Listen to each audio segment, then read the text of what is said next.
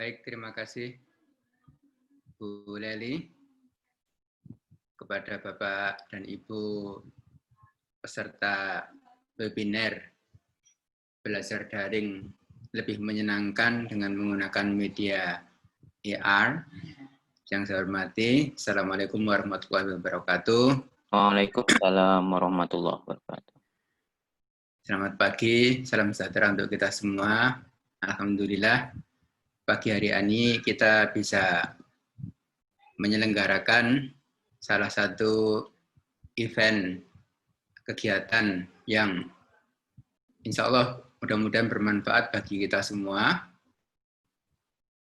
Di dalam kondisi yang seperti sekarang ini ya, di mana pandemi masih kita rasakan di lingkungan kita ya, sedikit banyak atau ya bukan sedikit banyak, tapi sangat berpengaruh terhadap proses pembelajaran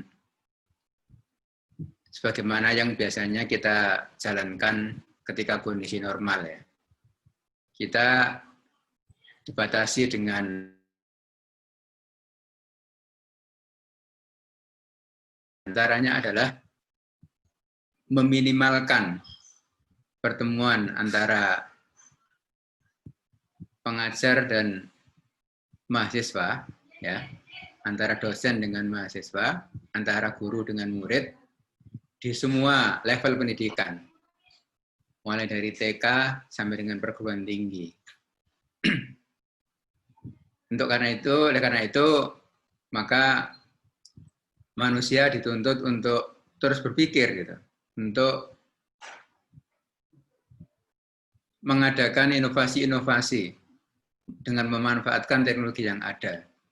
Nah, di sini PENS dalam hal ini unit peningkatan dan pengembangan aktivitas internasional atau UP2AI ingin berkontribusi ya, kerjasama dengan Departemen Teknologi Multimedia Kreatif ya, itu ingin berkontribusi untuk memberikan pencerahan kepada kita semua, kepada semua masyarakat yang ingin mengetahui, ingin belajar mulai dari awal ya, hingga nanti kita bisa mengimplementasikan teknologi augmented reality ini.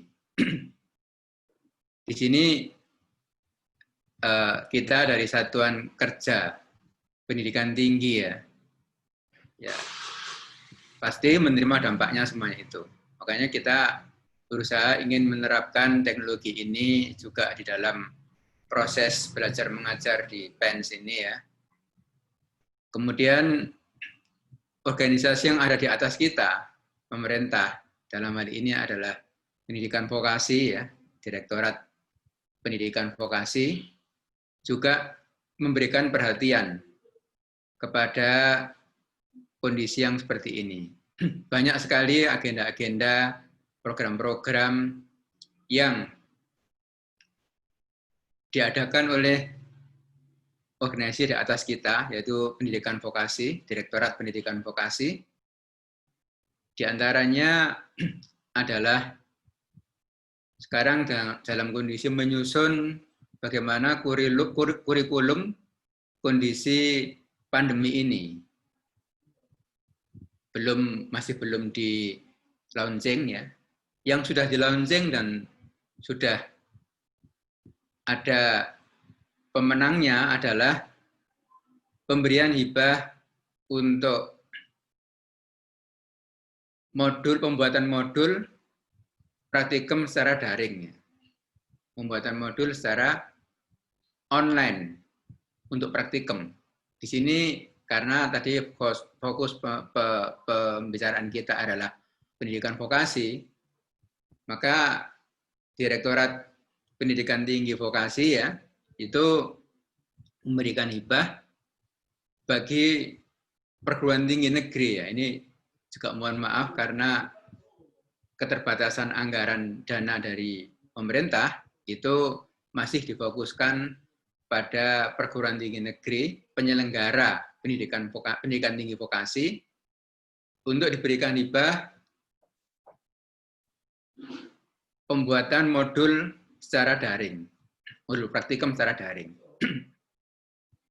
Targetnya memang masih belum banyak ya, karena ini masih uji coba bagaimana antusiasme dan juga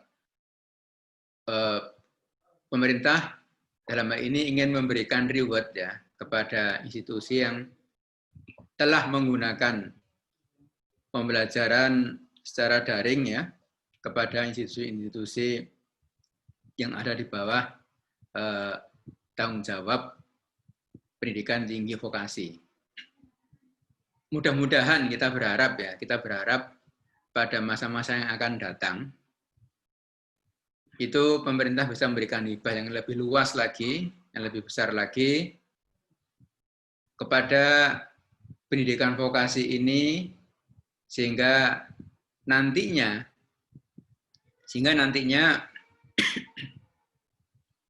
kita bisa terfasilitasi ya, bisa terfasilitasi untuk mengembangkan kreativitas kita, inovasi kita, membuat modul pembelajaran secara daring tidak hanya praktikum, tapi juga secara teori. Praktikum ini di dalam pendidikan vokasi memang menjadi suatu yang sangat urgent sekali, menjadi suatu yang sangat penting sekali, karena kekuatan dari pendidikan vokasi ini adalah pada hands-on-nya, pada skill-nya.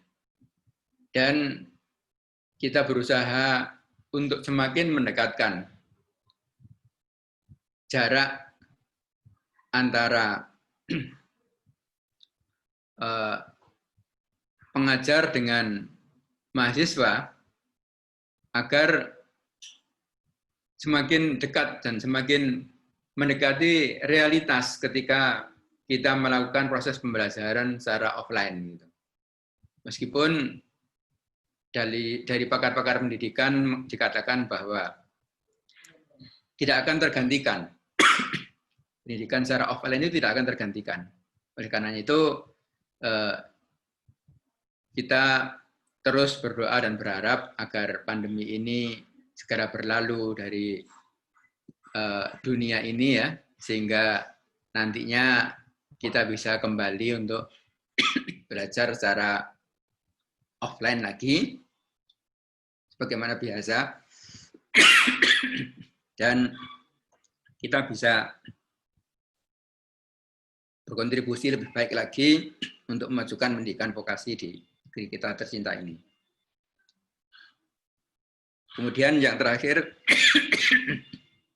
saya ingin mengucapkan terima kasih kepada Bapak Ibu semuanya, terutama kepada narasumber, kepada Pak Ziki yang telah siap untuk memberikan ilmunya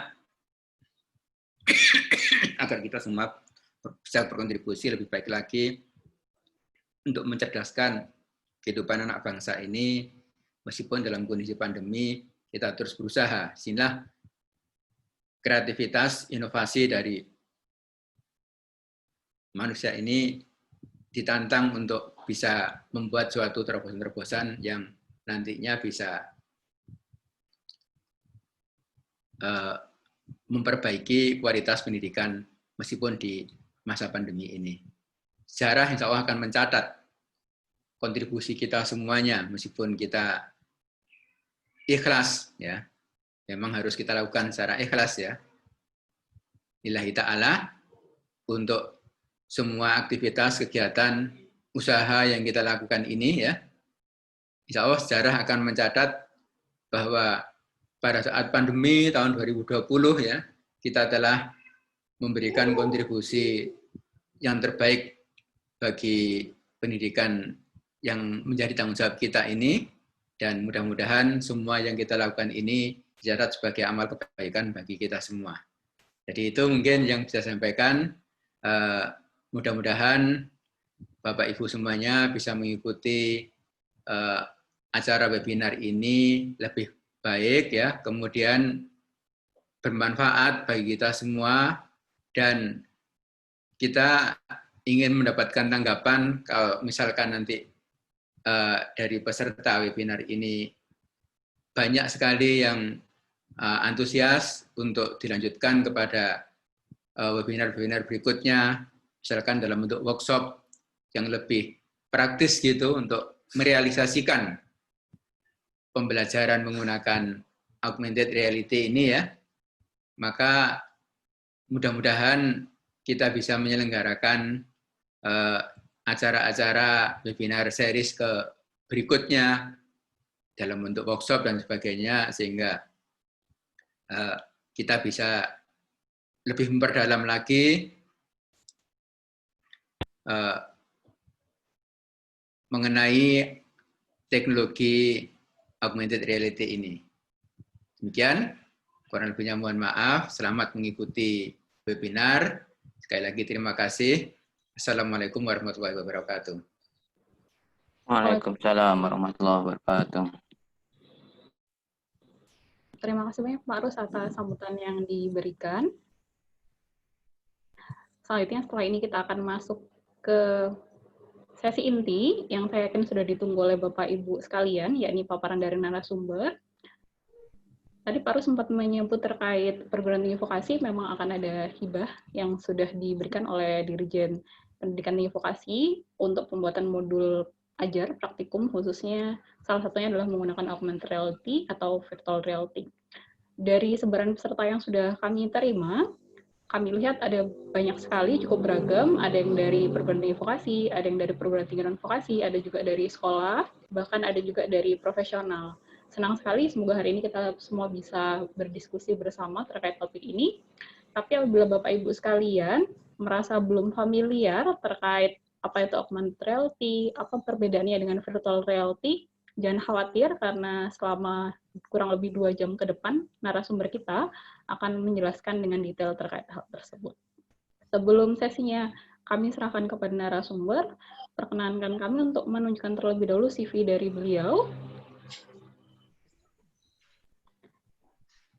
Jadi narasumber kita hari ini adalah Bapak Muhammad Ziki, SSTMT. Saat ini beliau merupakan dosen di Politeknik Elektronika Negeri Surabaya, sekaligus Kepala Lab Studio Game and Motion Capture.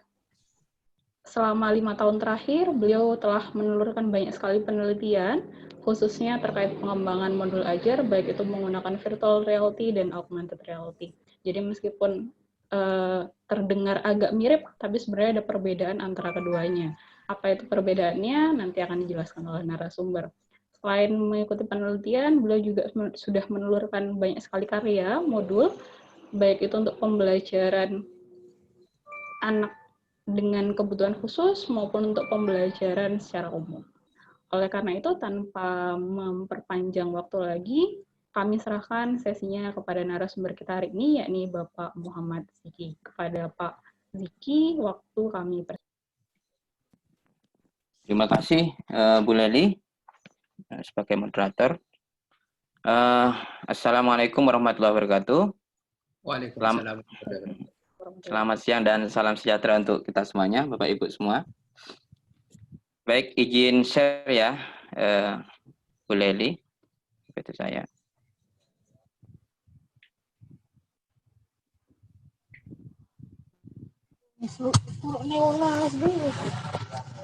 Oke, mohon info apa sudah kelihatan? sudah terlihat jelas, Pak. Sebentar saya. Baik, bismillahirrahmanirrahim. Wa rabbil shrah li sadri wa yassir li amri wahlul 'uqdatam min lisani yafqahu qawli.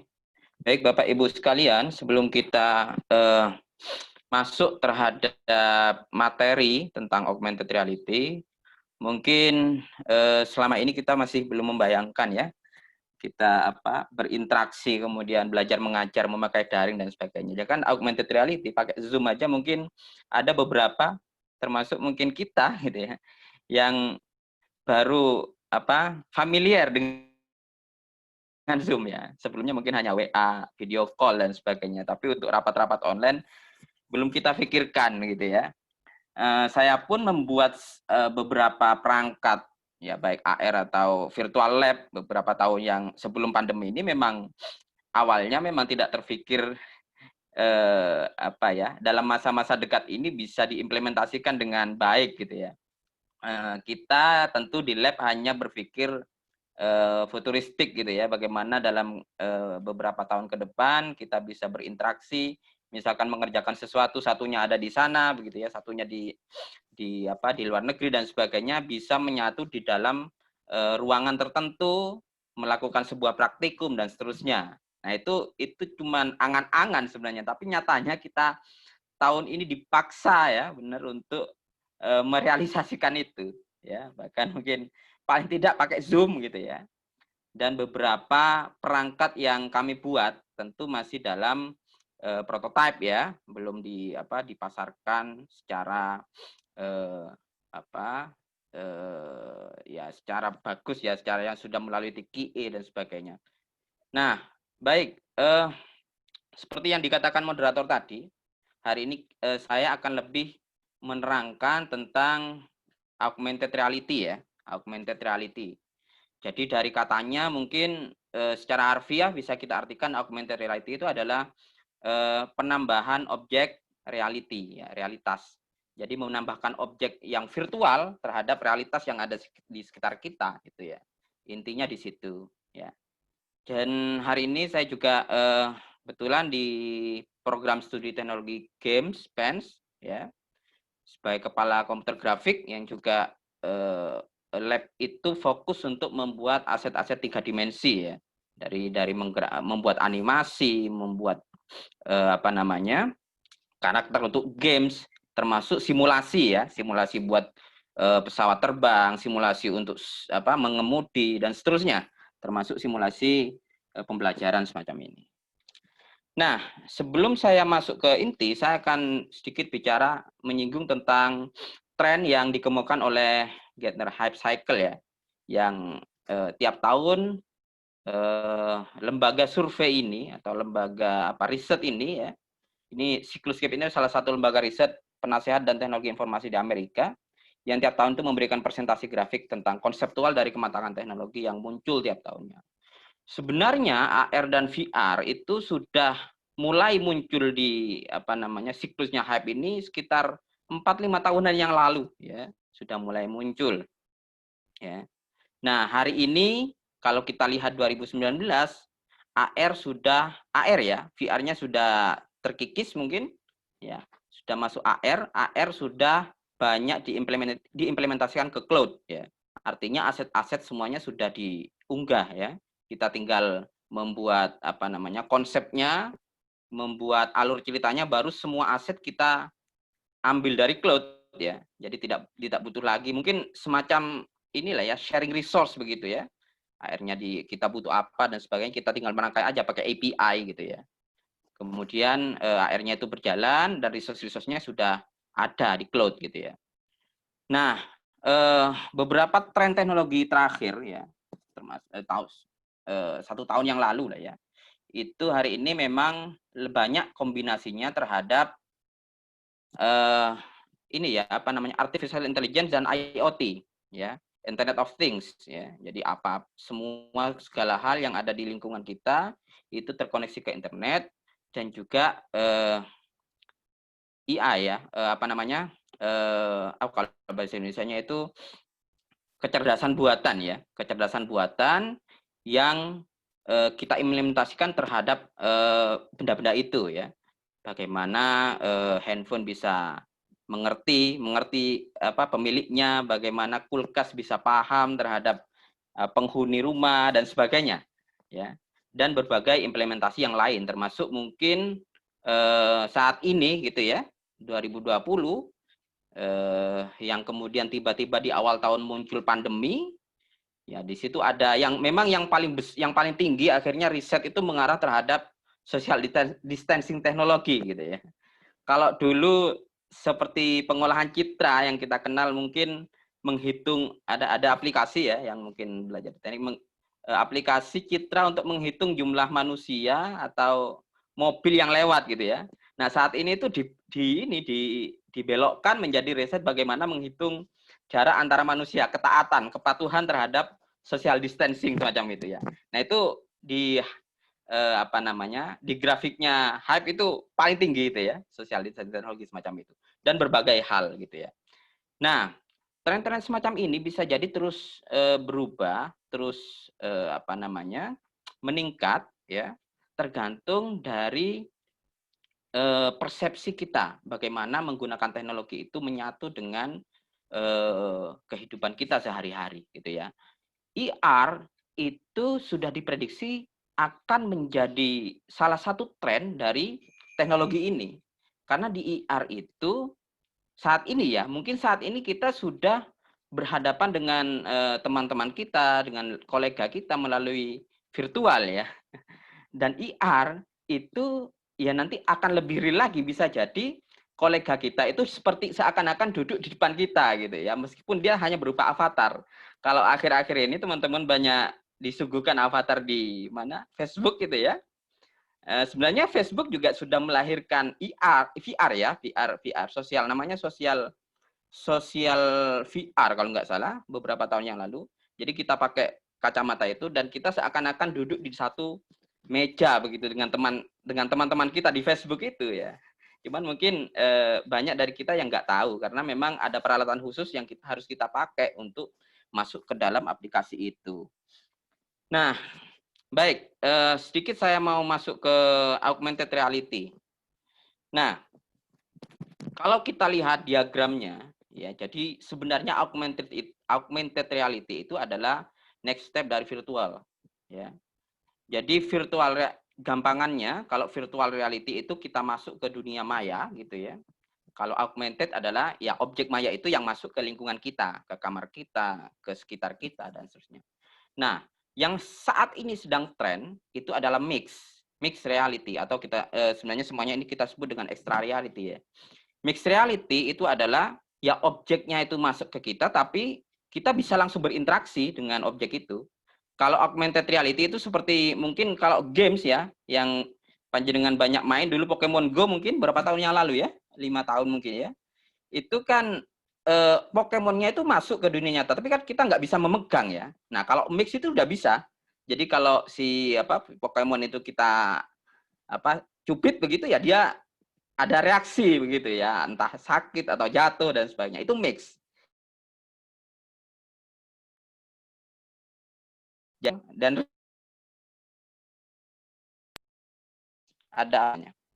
ada tumbukan ya antara itu. Nah, Gartner itu sudah bilang bahwa tahun 2019 ya, tahun yang lalu masuk dalam tahap dewasa sampai saat ini. Artinya AR itu hari ini sudah bisa kita implementasikan ke berbagai hal, masuk di dalam dunia kesehatan, masuk di dalam dunia pendidikan dan seterusnya. Ya, jadi kita mungkin di Indonesia masih agak asing ya dengan ini sebagian ya mengkombinasikan perangkat AR ini ke berbagai bidang ya, terutama di praktik kalau saya lihat di beberapa list IR itu ada yang di berita ya, kemudian ada yang juga untuk latihan praktikum kesehatan ya, bedah gitu ya, ada juga yang untuk otomotif dan sebagainya, banyak sekali IR itu ya, dan itu sudah berlangsung beberapa tahun kemarin. Nah, Bapak Ibu, sekali lagi saya akan sebelum kita masuk ke IR ya, sedikit saya akan membuat perbedaan apa itu sebenarnya IR dan VR ya. Jadi ibaratkan seorang orang yang sakti ya, IR itu adalah kita objek virtual itu ibarat paranormal lah ya, gampangannya paranormal, saya mau bilang paranormal tadi. Kalau IR itu jinnya yang masuk ke lingkungan kita gitu ya. Jadi hanya orang-orang tertentu yang bisa melihat benda virtual kayak jin itu ya yang masuk ke lingkungan kita. Namun VR roh kita yang kemudian melayang gitu ya, keluar kemudian masuk ke lingkungan mereka gitu ya. Sehingga VR ini, kalau kita sedang bermain VR, intinya kita sudah tidak tahu sekitar kita ada apa begitu ya. Kita benar-benar sudah disuguhkan ke dalam satu dunia virtual sendiri. Berbeda dengan IR. IR itu ya yang muncul di objek virtual itu yang muncul di kita, sehingga kita masih melihat meja kita, melihat topik kita, melihat dan sebagainya di lingkungan sekitar ya. Sehingga ya seperti nyata gitu ya. Jadi masih ada interaksi di sebelah plus objek virtual yang kita hadirkan ke dalam IR itu. Nah, kalau VR kita yang masuk ke lingkungan virtualnya, sehingga mau ada apa di sekitar kita nggak tahu ya, karena roh kita sudah dibawa ke lingkungan virtual semacam itu ya. Jadi itu mungkin perbedaan mendasar yang Bapak Ibu perlu ketahui dulu, apa itu IR dan apa itu VR. Nah, yang terakhir yang saya sebutkan MR, itu MR ya, mixed reality, itu sebenarnya extended dari IR sebenarnya ya, dari AR ya, augmented reality. Ya, secara secara konsep sama dengan AR, cuman dia bisa berinteraksi gitu ya. Kalau objek virtualnya kita pegang begitu ada reaksi gitu ya. Kita bisa salaman dengan avatar teman kita dan seterusnya. Jadi ada collision, ada benturan antara objek virtual itu dengan kita sebagai manusia yang berada di dalam dunia real gitu ya. Jadi itu augmented reality dan virtual reality. Nah, ini salah satu mungkin beberapa buku ajar yang diimplementasikan dengan augmented reality. Misalkan di sini ada bermain molekul di dalam kimia, kemudian juga pengenalan objek-objek wisata seperti candi misalkan ya. Itu akan menarik ketika kita memakai IR, atau mungkin juga di agama misalkan kita ajarkan tentang sholat, tentang wudhu. Bayangkan kalau anak-anak cuman membaca pakai buku, tentu agak susah. Gimana sih sebenarnya ini tahiyat gitu ya, ihram dan sebagainya. Nah, kalau kita implementasikan dengan animasi IR, mungkin anak-anak akan lebih senang gitu ya. Coba kita simak sedikit ini. Semoga suaranya kedengaran ya.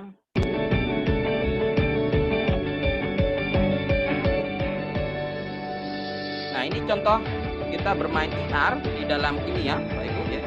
Jadi oksigen, kemudian kita gabungkan dengan kartu-kartu hidrogen, kemudian bercampur begitu ya. Nah, kita banyak sudah membuat ini, terutama di games ya, games. Jadi kemudian kita olah, oh ternyata kalau H2O itu jadi air gitu objeknya, jadi air dan seterusnya. Misalkan juga kombinasi lain. Karena akan ada tampilan atau juga di buku kamera biologi misalkan ya. yang berfungsi sebenarnya untuk virus ini seperti apa sih gitu ya. Kalau di buku saja mungkin orang nggak paham. Objek 3D nah, virus. Ini akan lebih bagus lagi Berikut ketika di dalam masing-masing objek ini diberi nuansa animasi yang hidup. Misalkan DNA-nya jalan dan seterusnya itu ya. Ada virus Ya, ini bulat contoh di buku-buku yang dilengkapi dengan IR. Dengan AR ya, saya. IR. Virus oval. Oke, kemudian juga ada misalkan sekarang kalau kita lihat ke museum, candi itu di tembok-temboknya itu ditempel ya, semacam pengenalan. Nah, kalau kita sorot dengan IR, kemudian ada informasi yang lebih di situ, gitu ya, tentang seperti apa. Nah, ini misalkan contoh anak-anak belajar sholat, belajar wudhu ya, belajar wudhu. Kita pengen tahu anak kecil kan lebih asik ya. Nawaitul wudu'a liraf'il hadasil asquri. Misalkan begini, yang banyak dijual di pasaran itu ya. Ya, Mas. Ya. Jadi anak-anak bisa lebih asik dan bisa tahu ya bagaimana simulasi dari wudhu itu misalkan begitu ya. Oke. Nah, ini beberapa IR yang telah kami buat. Sebenarnya saya sudah membuat, saya dan beberapa teman ya di lab sama mahasiswa juga membuat IR itu sejak zaman HP belum kayak kacang hari ini ya, nggak semurah sekarang gitu ya. Dan waktu itu kita masih mengimplementasikan dengan PC ya. Nah, masalah pertama di dalam IR itu sebenarnya adalah tentang interaksinya, ya. Kalau kita ngomong IR tanpa interaksi, sebenarnya ya kayak Pokemon Go itu kan sudah bisa kita bangun dengan perangkat yang murah gitu, karena kita juga tidak butuh bagaimana mendeteksi tangan dan sebagainya ya untuk memegang Pokemon itu. Yang penting kita tahu bahwa Pokemonnya itu objek Pokemonnya itu ada di sekitar kita gitu ya, seakan-akan tampil di rumput dan seterusnya itu ya. Nah, waktu itu saya masih menggunakan yang namanya lip motion. Jadi motion semacam kamera infrared semacam ini. Harganya juga murah, hanya 500 ribuan sampai 700 ribu. Dan itu memang efektif untuk mendeteksi pergerakan tangan. Sehingga AR pertama yang saya buat dengan mahasiswa itu adalah membuat CB, penerjemah sistem isyarat bahasa Indonesia. Yaitu ketika orang berbicara pakai bahasa tangan diterjemahkan dengan ke huruf ya. Saya mau makan, misalnya saya gini ya, saya sedikit nggak seberapa hafal bahasa isyaratnya, saya mau makan misalnya begini. Bahasa tangan itu kita tangkap dengan lip motion control itu, kemudian diterjemahkan ke di layar itu. Nah, simulasinya adalah dengan animasi, yaitu yang bawah itu ya, itu mahasiswa bimbingan saya. Jadi ada animasi menunjukkan angka 1, bagaimana sebenarnya angka 1 dalam bahasa isyarat begitu ya. Ketika dia benar, maka ada korek 1 dan sebagainya. Nah, saya juga menulis beberapa buku, sebenarnya selain buku kuliah saya juga menulis buku-buku SD, Ibu ya. SD dan habis ini mungkin SMP dan SMA tentang informatika. Di situ juga saya coba diminta oleh penerbit untuk melengkapi R ya. Bagaimana kira-kira mensimulasi, kan susah ya kalau kita ngajar mahasiswa mungkin gampang, tapi mengajarkan anak-anak tentang Excel misalkan, itu gimana itu? Nah, yang paling gampang mungkin sedikit kita simulasikan dengan HR ini ya. Nah, ini contohnya tentang Excel di beberapa di kelas 6 gitu ya. Open. Itu sebenarnya yang ini buku, cover buku, cuman nggak sempat saya cetak, akhirnya saya sorot ke markernya itu. Ya. Hai, nama saya Timi. Saya akan membantu kalian untuk belajar dasar Microsoft Excel. Itu. Mari jadi, kita mulai. Saya ingin anak-anak itu ketika belajar Microsoft Excel itu terhibur paling tidak dengan karakternya gitu ya. Bagian pertama, kita akan belajar bagaimana cara yang karakternya di sebelah kanan sebenarnya. Di Excel. Pertama, buka program Microsoft Excel. Kemudian pilih blank workbook pada pilihan template. Yeay, kamu berhasil membuat dokumen Excel pertamamu. Ya, itu contoh buku-buku dasar ya yang saya buat di untuk SD, yang kemarin juga diminta sama penerbit untuk menyertakan AR di beberapa sampulnya ya. Jadi ada 6 sampai saat ini di buku itu. Oke. Nah, itu yang AR. Nah, yang VR jauh lebih ke belakang. Saya juga membuat beberapa perangkat. Ya, kalau VR, seperti yang saya katakan tadi, kita yang masuk ke dunia virtual. Jadi awal dulu saya membuat pembelajaran tata surya gitu ya, bagaimana seakan-akan kita melihat tata surya, di rotasi, kemudian digeret buminya gitu ya, biar kita tahu. Nah, yang sebelah kiri itu pakai VR itu. Nah, VR itu perangkatnya relatif lebih murah, Bapak Ibu ya. Karena ya tadi dia tidak butuh mengembed ruangannya dengan real gitu ya, dengan ruangan yang ada. Kita hanya dibawa masuk ke dunianya itu gitu ya. Nah, itu pakai namanya Oculus Rift gitu ya, kacamatanya itu.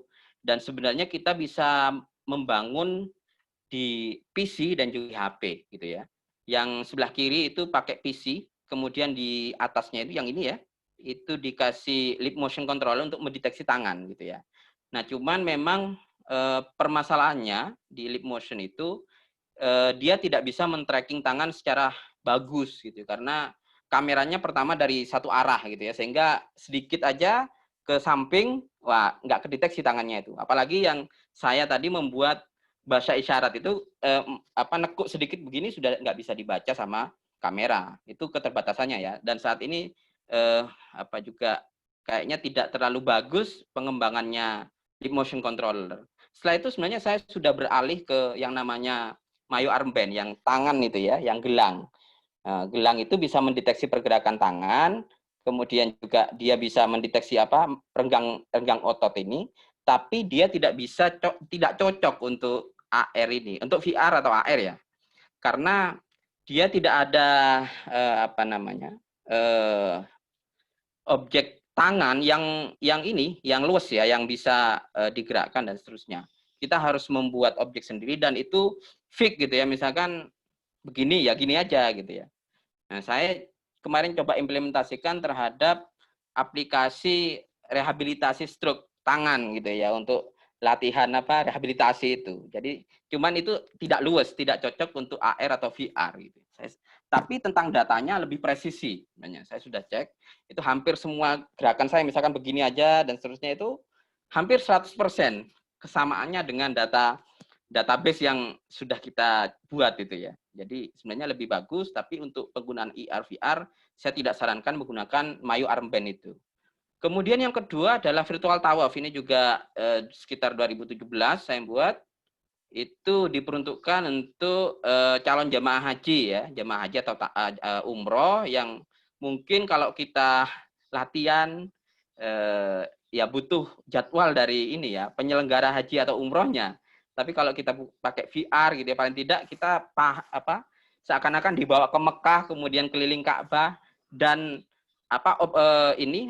jamaah-jamaah lainnya kita kasih AI gitu ya, kecerdasan buatan, sehingga kalau senggolan seperti apa dia jalannya dan seterusnya. Di situ ada yang namanya Istar AI dan RVO yang saya mungkin kalau Bapak Ibu yang akademisi ingin mengakses bagaimana cara konsepnya, ini kalau nggak salah sudah saya publikasi di jurnal internasional namanya Emitter ya. Mungkin nanti sambil dicari kalau penasaran. Yang terakhir, nah ini juga masih dengan VR. Nah, kenapa lab virtual ya, lab virtual broadcasting. Jadi ini juga sudah terintegrasi ke jaringan internet.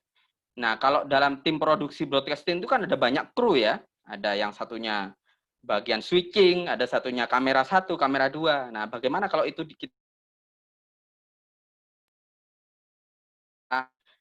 yang Oculus Rift yang baru menariknya itu memakai touch. Jadi sudah ada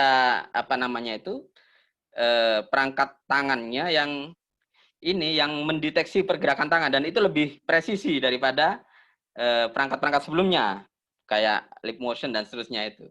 Nah, itu sudah berhasil dalam prototipe ya.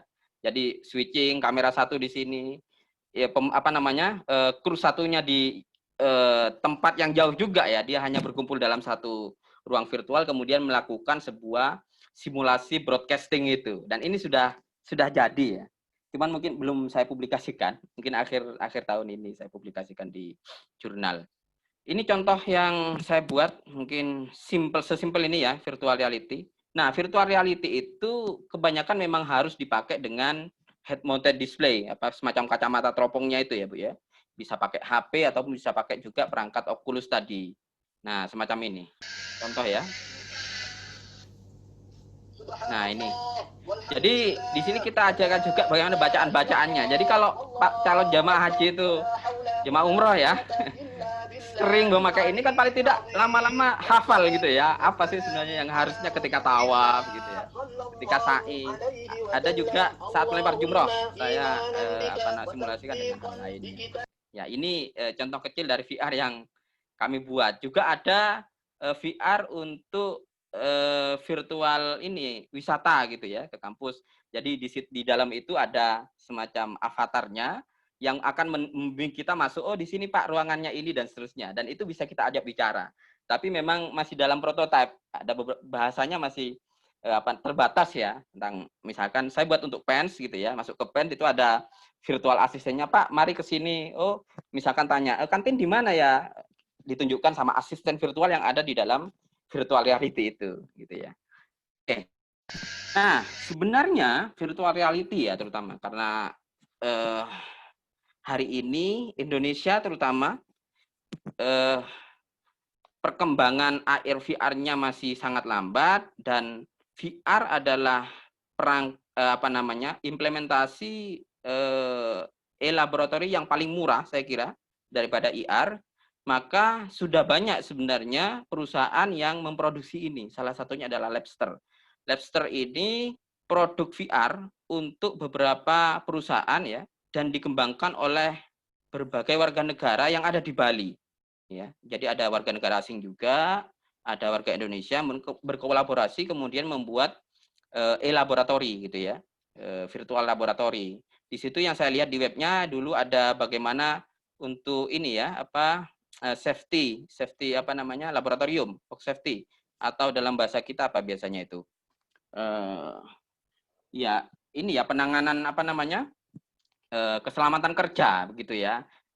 Kan ada praktikum di situ, itu sudah dikonversi menjadi praktikum virtual oleh Labster dan banyak lainnya. Coba nanti Bapak Ibu cek di webnya Labster. Ada juga Prime Laboratory kalau nggak salah ya, yang ada di Tangerang, itu juga memproduksi berbagai perangkat VR yang itu dijual ya.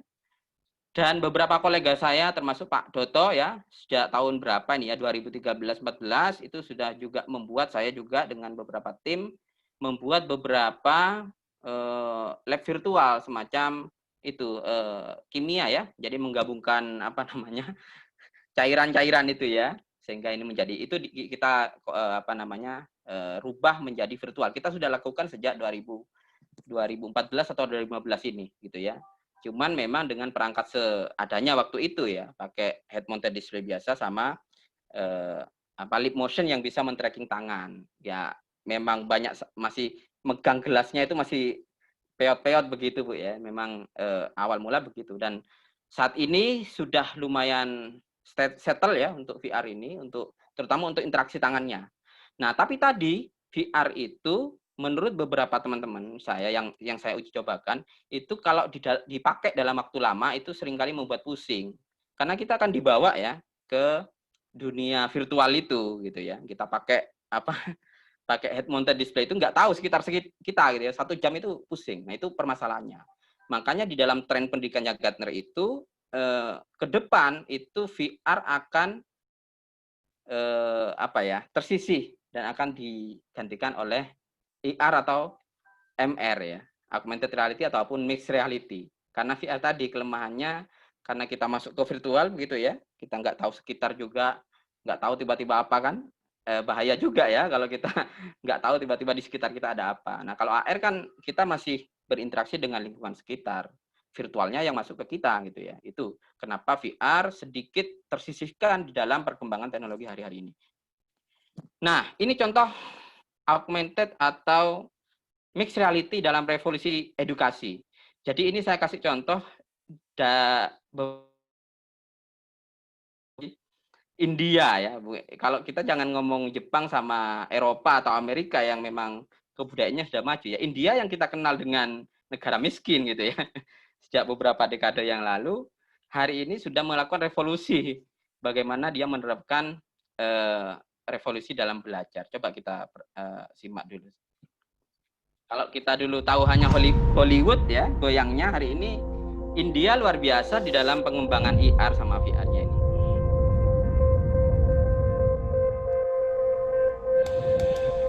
Nah, ini yang saya katakan dengan mixed reality ya, Bu ya. Ya.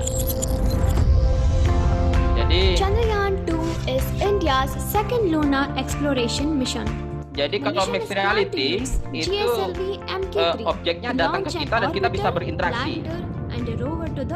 Ya, misalkan kita mau praktikum di dalam kelas ya tentang apa ini, tata surya ya, tata surya ada di dalam kelas itu gitu ya. Kita bisa pegang, kita bisa terangkan, bisa membuat suara dan sebagainya. Dan semuanya orang yang memakai kacamata itu melihat virtual itu gitu ya. Jadi itu MR, mixed reality ya.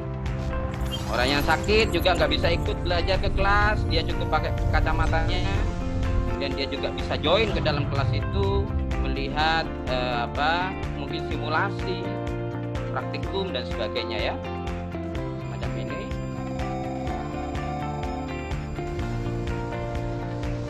Ya, jadi kacamatanya namanya Oculus,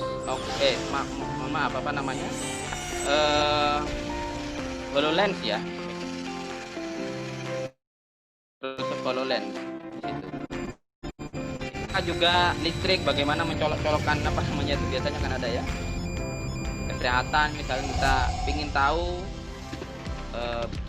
membuat sebuah praktikum tentang jantung misalkan gitu ya dan sebagainya. Jadi bentuknya sudah semacam ini hari ini, hologram. Jadi detaknya seperti apa, dan ini sangat cocok kalau kita mengajar biologi misalkan ya Bapak Ibu ya. Nah itu yang namanya touch itu ya, yang biasa digunakan di VR, rotasi dan sebagainya. Kemudian mungkin bisa juga tadi di praktikum di SMK misalkan ya Bapak Ibu, yang ini engine di mesin pesawat, kira-kira seperti apa sih simulasi pesawat dan sebagainya ya. Kita bisa juga melakukan reparasi praktikum reparasi, mencolokin bagian-bagiannya secara virtual gitu ya. Saya kira menarik sekali, dan tahun demi tahun perangkat-perangkat ini pasti akan lebih murah ya. Yang penting kita bersiap saja untuk membuat konten kreatornya semacam itu ya. Jadi tadi dilihat tadi pembimbingnya itu virtual, dia nggak hadir di situ gitu ya. Ya avatarnya saja yang hadir gitu ya. Ya, itu India yang kita kenal dengan negara miskin. Kalau mungkin kita menilik dulu tahun 2000 ya, ketika Presiden kita Abdurrahman Wahid itu membuat satu poros kerjasama dengan India dan juga Cina gitu ya. Mungkin kita waktu itu tersenyum agak sinis ya. India yang negara miskin semacam itu, kemudian Cina yang sembrautnya semacam itu. Tapi hari ini kita sudah melihat bahwa Cina hadir dengan raksasa ekonominya, kemudian India dengan teknologi informasinya. Bagi teman-teman pengembang aplikasi mungkin akan sangat familiar dengan pengembang-pengembang yang namanya siapa namanya dia itu ya, Rajut Khan atau siapa ya di kreditnya itu. Ketika kita download API, SDK untuk mengembangkan sesuatu, itu ternyata banyak orang India yang membuatnya gitu ya. Nah, itu yang menarik. Ini benar-benar menunjukkan taringnya hari ini gitu ya. Cina dengan ekonomi dunianya, kemudian India dengan teknologi informasinya yang luar biasa hari ini. Memang negara-negara itu memang tidak se-ini Indonesia, tapi namanya mengambil sisi baiknya kan boleh juga ya. Kalau meminjam bahasanya dosen agama di PENS itu, kalau malayudrokuluh layutrokuluh kan begitu ya. Kalau sesuatu yang enggak bisa diambil semua baiknya, ya ambil sebagian saja yang baik gitu ya. Ambil baiknya, buang buruknya gitu ya. Itu kira-kira. Nah, keluar dari, saya tidak akan berbicara tentang geopolitik, mungkin itu bukan bidang saya ya. Tapi itu salah satu fakta yang kita bisa lihat hari ini tentang India dan China ya. Nah, ini berbagai implementasi AR di segala bidang. Misalkan yang dekat dengan kita tentang IKEA. IKEA Place itu adalah sebuah perusahaan perangkat rumah tangga ya, seperti kursi, sofa, furnitur ya. Furnitur, bagaimana dia bisa memilih furnitur, memilih warnanya dan sebagainya. Kemudian kalau sudah cocok, dia dikirim, kemudian diproduksi dan seterusnya. Pokemon saya kira sudah tahu semua. Kita belajar menggambar dan sebagainya. Mungkin nanti bisa ini webinar Pak. Bisa dicek ya contoh-contoh itu, dan mungkin ada beberapa yang cocok dalam bidang yang Bapak Ibu tekuni ya. Nah, ini yang saya diskusikan kemarin tentang bedah virtual ya,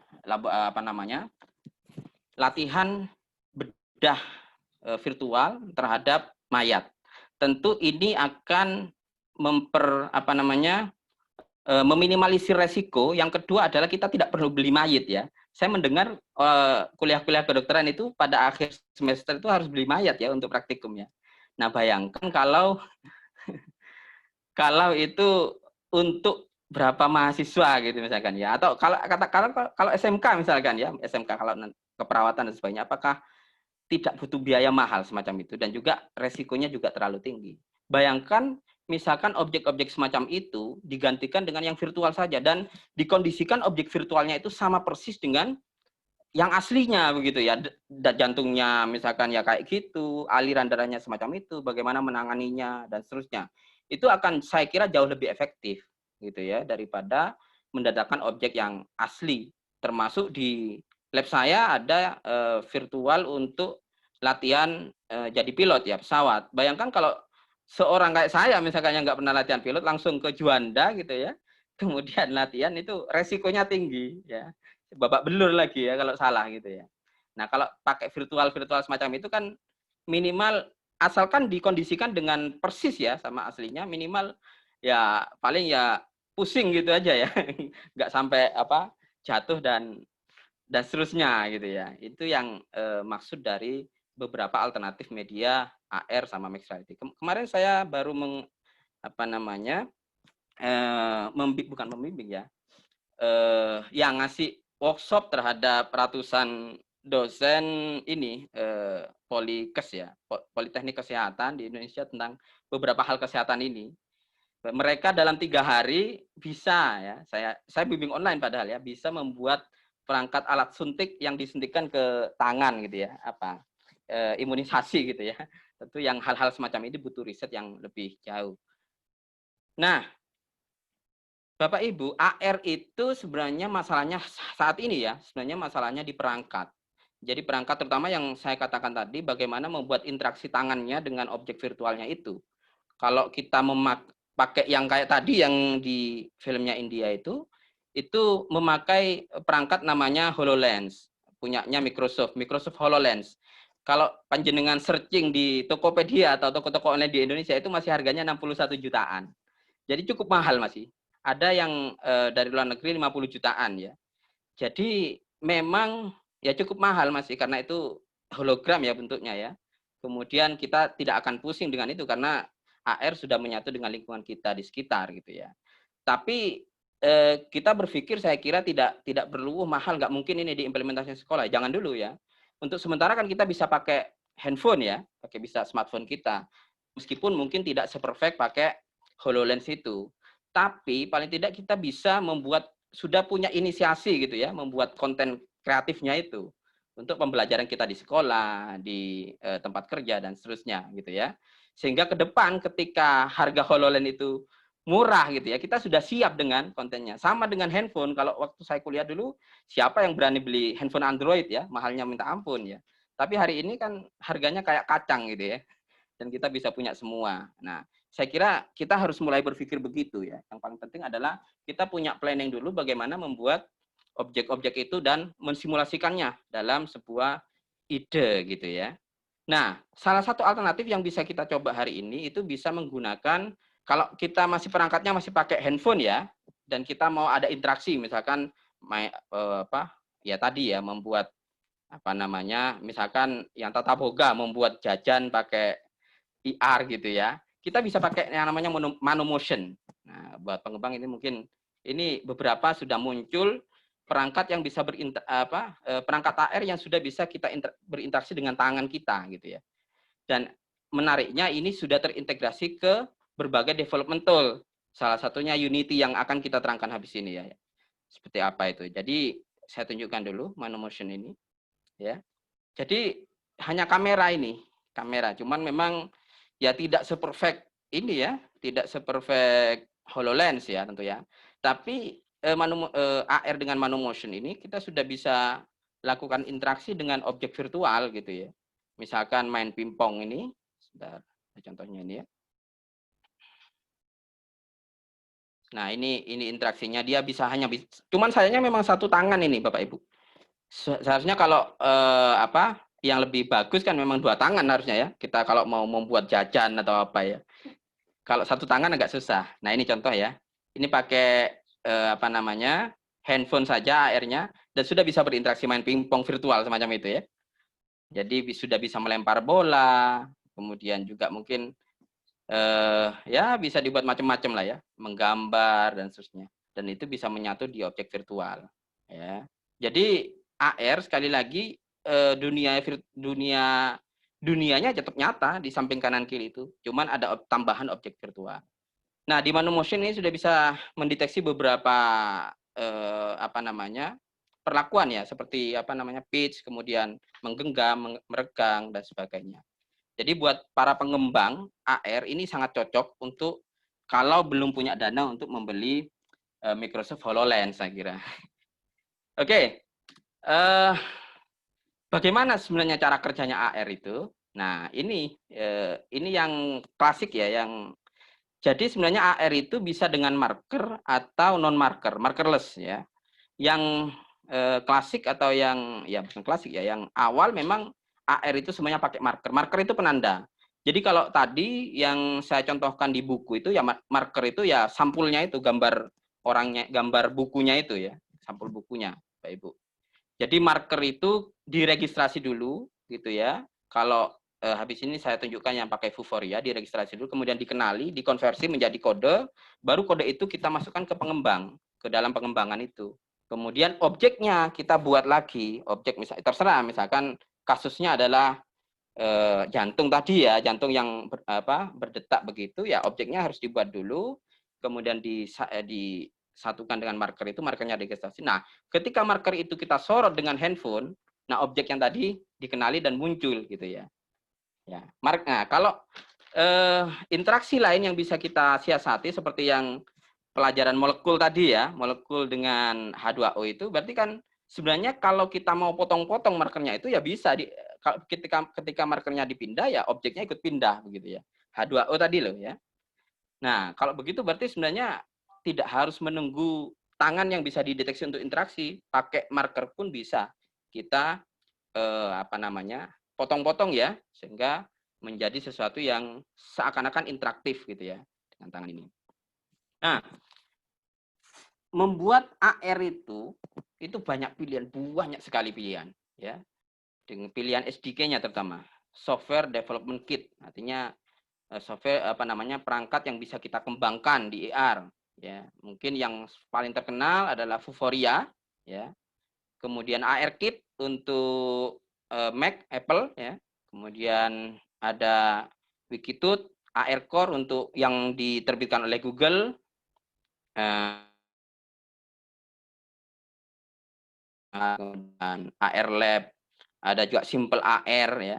Banyak sekali kalau kita searching di Google SDK tentang augmented reality itu ya, kita tinggal kembangkan saja. Nah, pengalaman saya beberapa tahun ini mentraining beberapa guru, kemudian para dosen dan sebagainya itu, saya menggunakan Vuforia, Bapak Ibu ya. Pertama karena memang gratis, kedua sangat mudah diintegrasikan dengan Unity. Jadi nanti konsepnya begini, kalau membuat untuk pemula terutama ya, atau mungkin juga yang sudah agak lama buat sebenarnya sama saja sih. Jadi untuk merangkai AR itu pertama adalah kita butuh objek 3D. Objek 3D itu bisa dimodelkan. Pemodelannya pakai apa? Ya bisa macam-macam. Bisa pakai Blender 3D, bisa pakai 3D SMax, bisa pakai yang lama mungkin yang orang teknik kenal AutoCAD ya, dan sebagainya, terserah. Yang penting modelnya itu bisa kita ciptakan dulu.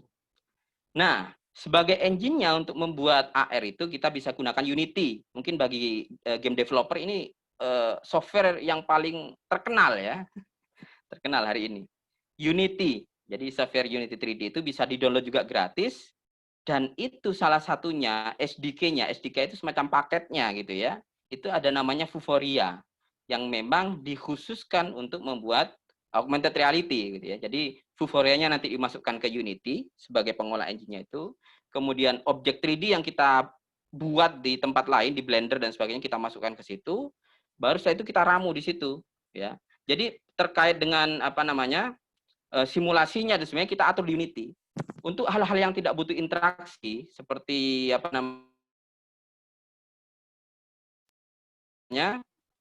kita tidak butuh berinteraksi di situ.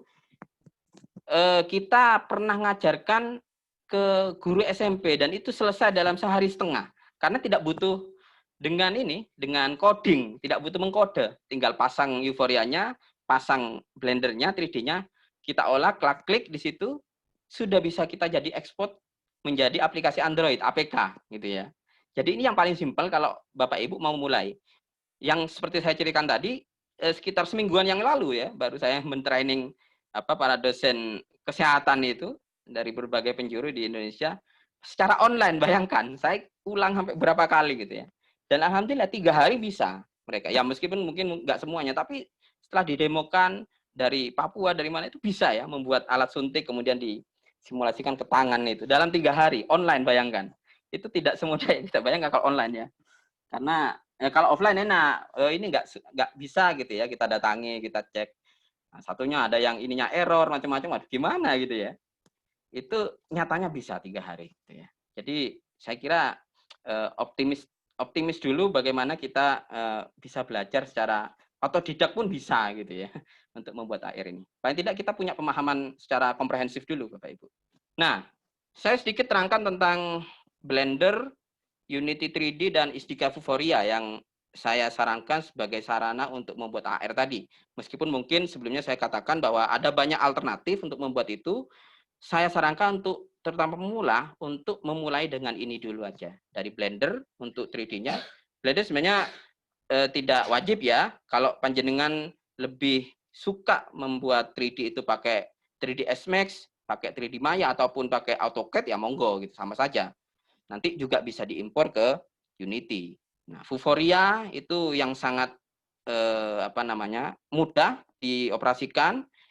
Kalau nanti suatu saat Bapak Ibu sudah bisa beli HoloLens yang kacamata itu, di situ juga sudah bisa Vuforia itu, gitu ya. Sehingga kita tinggal meramunya, kemudian kita implementasikan menjadi APK gitu ya. Nah, Blender itu sama dengan software model 3D lainnya. Dia untuk memodelkan objeknya. Jadi sebenarnya kalau menurut saya AR itu berada di dalam beban terberatnya itu di Blendernya ini, di objek 3D-nya. Jadi kalau kita mau buat simulasi jantung berdetak dan sebagainya, itu semuanya di modelnya dulu, di model 3D-nya gitu ya.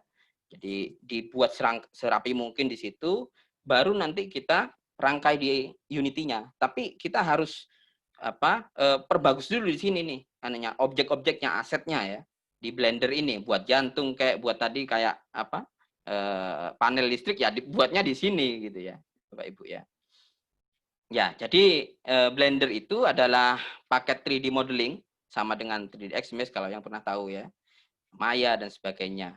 Dan dia punya alat tekstur yang kuat ya. Artinya untuk menampilkan permukaan jantung, menampilkan permukaan besi, menampilkan permukaan kayu dan sebagainya di Blender lengkap sekali. Ya, meskipun softwarenya gratis dan open source ya. Jadi itu menariknya Blender. Dan jenengan bisa download di websitenya langsung .org/download itu ya. Dan hati-hati kalau download silakan dicek dulu, terutama kalau pakai komputer ya, 32 bit atau 64 bit karena di situ ada downloadnya sendiri-sendiri Bapak Ibu. Dan enaknya Blender ini juga mendukung banyak OS, Windows, Linux dan sebagainya, Mac ya. Jadi jangan khawatir. Nah, ini contoh hasil dari Blender ya. Jadi yang bawah kanan itu bukan foto itu 3D itu yang dibuat di Blender. Jadi secara kualitasnya meskipun gratis, Blender ini sangat powerful ya. Yang gambar gelas dan seterusnya itu semuanya dibuat dari Blender. Nah, kalau mau lihat lagi contoh Blender yang bagus ya, coba klik nanti di YouTube, ada Big Bug Bunny, ada film animasi yang 3D semua itu ya dari Blender itu. Jadi halusnya semacam itu Blender itu. Ya, tentu ada minim recruitment-nya. Ini untuk beberapa versi yang lama. Mungkin yang saat ini sedikit agak harus lebih bagusan ya. Kalau kita mau membuat 3D. Karena ada beberapa kemarin ketika kita training bawa laptop Atom yang nggak bisa untuk install aja udah lemot ya. Jadi memang sekali lagi untuk membuat perangkat-perangkat 3 dimensi semacam itu sedikit lebih banyak dibutuhkan peningkatan ini ya perangkat ya, terutama laptop atau PC ya. Ya, minimal 8 GB ya, rekomendasinya 8 GB, kemudian displaynya 1 GB RAM dan seterusnya. Nah, itu Blender untuk membuat 3D-nya. Kemudian Unity yang menjadi engine di sini. Jadi Unity itu adalah salah satu game engine yang cukup populer. Jadi kalau Bapak Ibu saya ceritakan tadi beli Oculus, beli perangkat-perangkat, itu hampir semuanya ada SDK Unity-nya. Itu menariknya ya. Jadi ada perangkat baru misalkan kayak Manus itu ya, untuk apa sapu tangan atau apa glove itu ya, glove untuk yang bisa berinteraksi itu semuanya sudah ada SDK Unity-nya. Jadi kita tinggal merangkai, belajar bagaimana cara mengkoneksikan Unity dengan perangkat-perangkat yang ada itu. Itu menariknya ya. Hampir perangkat yang terbaru ini semuanya ada SDK Unity-nya. Nah, jadi sangat penting buat Bapak Ibu untuk sedikit belajar tentang Unity ini, gitu ya. Nah, Unity ini juga bisa dijalankan di semua perangkat dan juga bisa di-porting, artinya menghasilkan berbagai aplikasi juga, bisa ke Android, PS3, Xbox, dan semuanya ya, perangkat-perangkat yang hari ini ada, itu semuanya bisa. Jadi kalau kita buat AR, misalkan kita mau pakai di perangkat yang cocok, misalkan di Xbox ya, ada bisa gitu ya. Jadi tidak hanya Android sama iOS, tapi berbagai perangkat, PlayStation bahkan gitu ya. Nah, Unity itu adalah salah satu tool yang terintegrasi dengan membuat ya kebanyakan memang untuk games, tapi simulasi kayak tadi ya bisa ya, arsitektur atau dan lain sebagainya.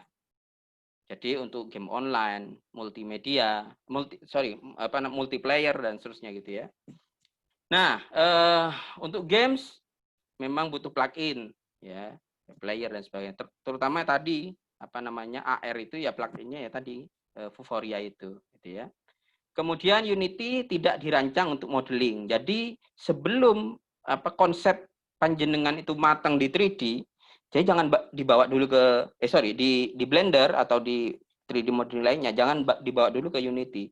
Matangkan dulu konsepnya di 3D modeling itu, karena nanti di Unity nggak bisa. Misalkan tadi ya kita sudah buat jantung gitu ya, di Unity pingin dibuat ditarik lagi sehingga model jantungnya berbeda, itu nggak bisa gitu ya.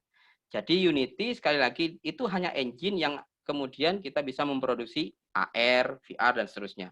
Jadi perkara model-modelnya itu kita pakai software lain, kayak Blender tadi, gitu ya. Nah, di sini juga ini untuk game sebenarnya, untuk skybox itu untuk langit-langit dan sebagainya, particle effect kayak api dan sebagainya itu bisa di Unity. Tapi untuk membuat model 3 dimensi itu nggak bisa Unity, nggak bisa mencakup itu, gitu ya. Nah, Unity juga bisa milih bahasa pemrogramannya. Ya, JavaScript, C# ataupun Go. Yang sering banyak digunakan adalah C# sama JavaScript. Tapi kalau Bapak Ibu hanya ingin membuat simulasi, ya tadi kayak kayak Pokemon atau apa ya, yang tadi yang suntik tangan yang saya ceritakan tadi, itu tidak butuh script ya, hanya bisa setting aja. Nah, script itu misalkan kalau ketika saya disuntik ini bagus, keluar hasil berapa gitu ya, dibuat gamifikasi ya, ada scoring misalkan, itu butuh bahasa pemrograman. Ya, kurang lebih semacam ini Bapak Ibu. Kalau kita membuild satu augmented reality di Unity, jadi yang bagian nomor 1 adalah scene-nya, area konstruksinya. Jadi kalau kita yang bawah itu, yang kartu itu adalah markernya gitu ya. Ini yang pakai marker. Jadi bisa di situ langsung kelihatan gitu ya. Kita misalkan scan markernya itu, kita daftarkan ke Vuforia. Nah, nanti bisa kita lihat. Kemudian 3 dimensinya, astronotnya itu, orangnya itu yang kita model di Blender, kita masukkan ke situ, bisa kita paskan juga. Oh, nanti kalau saya sorot ya nanti keluarnya di bagian ininya gitu ya. Jadi bisa kita geser di situ. Yang kedua, itu ada namanya hierarki, yang sebelah nomor 2 itu adalah daftar yang sedang online di situ. Misalkan saya klik astronot, maka yang inspektornya itu nanti di astronot ini ada program apa dan sebagainya, itu kelihatan yang di nomor 3. Kemudian di nomor 4 itu adalah previewnya. Jadi kalau di play itu keluar nanti ya. Nah, AR itu bisa dicoba dulu pakai kalau sebelum kita misalkan porting ke Android, bisa dicoba pakai webcam semacam ini gitu ya. Dicoba markernya misalkan ke kamera itu keluar nggak ininya, objeknya. Kalau keluar berarti sudah siap diporting menjadi apa saja, menjadi aplikasi Android, Mac ya, atau iPhone misalkan dan seterusnya ya. Saya kira itu. Kemudian nomor 5 itu adalah aset yang sudah kita siapkan untuk satu proyek AR. Nah, terus yang kemudian terakhir adalah Vuforia yang saya ceritakan tadi. Vuforia ini SDK ya. Kalau di dalam web misalkan kita sebut dengan plugin atau perangkat tambahan. Jadi kalau ibaratkan sebagai sepeda motor mungkin dia sesuatu yang bisa dipasang, dicabut gitu ya. Misalkan spion gitu ya. Ya, jadi Vuforia itu bisa ke Unity, bisa ke apa? Android langsung ya yang apa? Coding Android Studio dan sebagainya. Jadi bisa ke berbagai alat. Salah satunya di Unity yang menarik. Nah, di AR itu ya, jadi sekali lagi ini adalah teknologi untuk menggabungkan objek maya ke dunia nyata kita. Artinya kita membawa teknologi objek maya itu ke dunia real kita gitu ya. Dan Vuforia ini juga menyediakan itu, sudah yang terbaru mobile device dan juga AR glasses sudah bisa langsung diporting ke kacamata kita. Kayak apa tadi? HoloLens itu ya, atau sebenarnya banyak kacamata lainnya yang saat ini sudah mulai dikembangkan oleh berbagai brand internasional ya, Samsung dan semuanya udah buat semacam itu gitu ya.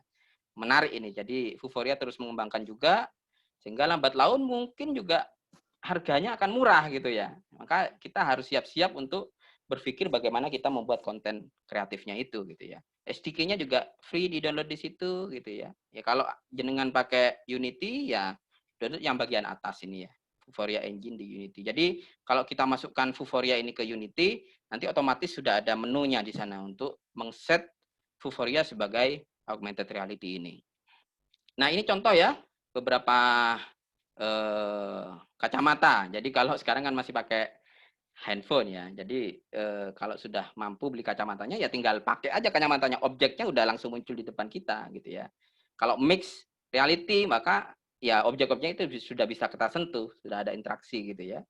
Itu yang paling terkenal ya hari ini ya Microsoft HoloLens itu, ada juga Outglass dan sebagainya. Ya, coba saya kemarin cek di beberapa toko online di review itu ada beberapa apa kacamata yang dijual ya dari HoloLens dan harganya ya masih mahal sih ya, ada $3.000 US dollar ya dan sebagainya. Belum lagi mungkin biaya cukainya yang masuk ke sini. Saya cek terakhir di Tokopedia ya 61 juta untuk yang HoloLens itu ya. Ini adalah beberapa referensi yang mungkin Bapak Ibu bisa baca untuk beberapa perkembangan AR ke depan seperti apa tentang namanya sekarang XR ya sebenarnya, extra reality ya atau extended reality. Jadi AR, VR dan MR itu sudah combine jadi satu menjadi XR, extra reality. Saya kira itu sebagai pengantar yang bisa saya sampaikan. Monggo Bu Eli, saya kembalikan kepada moderator. Terima kasih. Assalamualaikum warahmatullahi wabarakatuh. Waalaikumsalam warahmatullahi wabarakatuh. Terima kasih banyak Pak Ziki atas paparan yang diberikan. Selanjutnya kita akan masuk ke sesi tanya-jawab. Saya izin untuk share beberapa pertanyaan yang sudah masuk. Ada juga yang raise hand, Pak. Saya share dulu nggih untuk yang pertanyaan. Standar.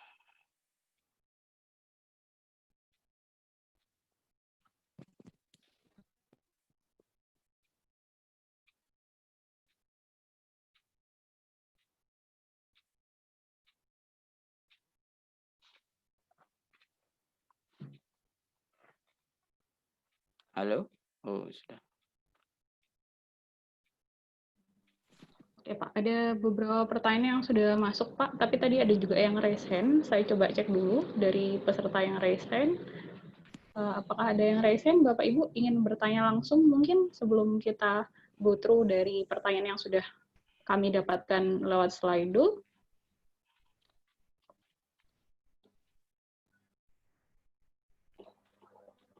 Oke, sebenarnya tadi tidak jadi raise hand, Pak. Kita langsung ke yang di Slido Momen ya, Pak. Ya, siap. Ada beberapa pertanyaan yang masuk. Kami urutkan dari yang mendapatkan like yang paling banyak di atas. Ini ada pertanyaan yang tadi menarik, Pak. Sepertinya tadi juga sempat disinggung oleh Pak Ziki terkait mixed reality. Ini bagaimana peluang industri AR ke depan, Pak? Karena kan sekarang menurut Pak Aulia Ahrian Syahidi dari Politeknik Negeri Banjarmasin lebih banyak ke mixed reality. Ya. Kalau pendapat dari Pak Ziki bagaimana? Monggo, Pak. Ya. Beliau juga kepala riset bidang ini sih Pak di Politeknik Negeri Banjarmasin. Oke, salam kenal Pak Aulia.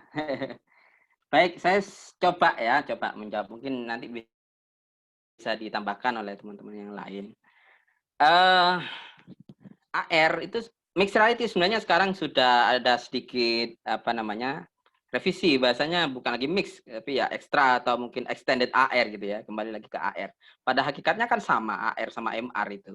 Cuman di MR itu atau extra reality sekarang kita sudah bisa berinteraksi gitu Pak ya dengan objek virtualnya. Kalau AR dulu misalkan kayak Pokemon gitu ya objeknya ya dia hadir seakan-akan aja tampil ke lingkungan kita, tapi kan kita nggak bisa menyentuh dan sebagainya. Nah, jadi bahasa pengembang sekarang sudah kembali ke extra reality atau AR extended AR bilangnya begitu ya. Dan ya peluangnya sangat besar sekali, apalagi kita sudah apalagi di masa semacam ini ya, kita sudah sekarang dipaksa untuk mensimulasikan berbagai pembelajaran jarak jauh gitu ya. Bayangkan buat teman-teman vokasi terutama di kita, ketika kita punya lab yang namanya mungkin lab ini ya, lab praktikum yang susah kalau divirtualkan, kalau tidak pakai media-media semacam ini akan lebih susah lagi. Apa kita cukup menyampaikan dengan ceramah? Tentu tidak ya. Tentu tidak. Minimal adalah virtual reality. Tapi virtual reality sekali lagi memang banyak komplain di dalam hal memakai head mounted-nya itu. Lama-lama banyak yang merasa pusing begitu. Nah, kalau extra reality atau AR itu kan ya kita masih bisa melihat jalan, bisa melihat halaman rumah dan sebagainya, masih ada interaksi dengan lingkungan nyata, dan itu adalah masa depan, saya kira masa depan kita dalam simulasi virtual ataupun lab virtual dan seterusnya, dan cukup prospek Pak. Dan belum lagi misalkan nanti HoloLens dan sebagainya itu tiba-tiba harganya sama kayak handphone gitu ya, harga kacang gitu ya. Itu kan wah menarik ini ya, sehingga kalau ada mahasiswa yang sakit juga bisa cukup pakai kacamata itu, dia dihadirkan avatarnya di situ gitu ya, dan seterusnya kayak yang saya tampilkan di video orang India tadi itu. Saya kira cukup prospek Pak, dan makanya saya kira saya ini mengajak Bapak Ibu semua untuk berpikir tentang konsep kontennya dulu. Jadi jangan berpikir perangkatnya masih mahal dan seterusnya ya, itu kan lambat laun akan murah juga gitu ya, apalagi banyak pengembang sekarang gitu ya. Jadi sangat prospek. Oke, mungkin itu Bu Leli. Iya, Bisa yang saya jawab. Terima kasih Pak. Berarti sebenarnya mixed reality itu sekarang lebih disebutnya sebagai extended AR-nya gitu ya? Iya, extended AR atau extra reality ya. Extra reality. Ya. Saya juga sangat itu Pak, menunggu-nunggu supaya nanti HoloLens bisa turun harganya. Iya, saya juga mengajukan dana penelitian, kalau segitu ya habis untuk itu aja gitu. Tapi kalau kita dari perkembangan teknologi tidak ada yang bisa menerka-nerka sih Pak, kira-kira nanti ke depan akan seperti apa. Kita doakan saja segera bisa terjangkau. Lalu pertanyaan selanjutnya Pak, ini ada juga yang bertanya terkait apakah ada aplikasi Android AR yang ramah pengguna, khususnya yang tidak mengerti coding Pak, karena kan background dari peserta kita ini cukup variatif ya Pak, ada dari IT, ada non IT. Selain di sini belum menyebutkan aplikasi Aurasma yang berganti nama menjadi HP Reveal. Apakah ada saran masukan Pak untuk aplikasi Android AR yang ramah pengguna? Aurasma itu apa itu? Saya Ini kurang paham. Nama aplikasi Android yang memungkinkan user untuk membuat AR Pak. Oh gitu. Ya oke. Aurasma ya saya. SDK juga ya. Oke. Aplikasi Android yang ramah pengguna. Saya kan tadi sedikit menyinggung beberapa pengalaman ya, men-training beberapa dosen Poltekkes itu yang seminggu yang lalu baru berakhir juga. Itu sama sekali nggak pakai coding, Bapak Ibu. Nggak pakai coding. Jadi dia hanya membuat model 3D, kemudian dimasukkan ke Unity, kemudian disetting aja di sana, setting nama aplikasinya apa. Setelah itu porting udah jadi aplikasi ke APK gitu ya, APK kemudian diinstal di handphone, udah jalan. Tapi memang kalau tadi ngomong scoring dan sebagainya memang harus coding. Apa ke depan bisa lebih ramah lagi? Saya kira akan bisa ya. kalau kita lihat perkembangan misalkan apa yang hardware lah, misalkan di elektronika ataupun di perangkat-perangkat yang besar, misalkan hari ini yang dulunya pakai coding itu sekarang sudah tinggal pakai blok ya, blok kode, tinggal menggeret logika-logika itu gitu ya. Paham ya Bapak Ibu ya, ada yang namanya blok kode. Jadi if itu udah tinggal geret, jika begini apa hasilnya begitu ya. Dan tidak perlu mengkode lagi, jadi tinggal geret dan sebagainya. Dan games itu sudah banyak semacam itu sekarang. Salah satunya misalkan construct. Itu sudah nggak pakai coding, kita hanya memikirkan logikanya seperti apa. Oh, logikanya. Jadi tinggal jika begini ketabrak ini maka hasilnya begini. Dan itu nggak pakai coding. Dan saya kira ke depan juga banyak perkembangan pengembang AR yang bisa kita lakukan dengan cara menggeret-geret itu saja. Yang penting saya kira adalah konsep kreativitas sama logika skenario kita aja dimatangkan ya. Masalah teknis dan sebagainya itu ya kalau bisa ya sambil dipelajari, kalau tidak ya jangan khawatir gitu ya. Karena ke depan bahasa pemrograman ataupun interface akan lebih manusiawi saya kira gitu ya.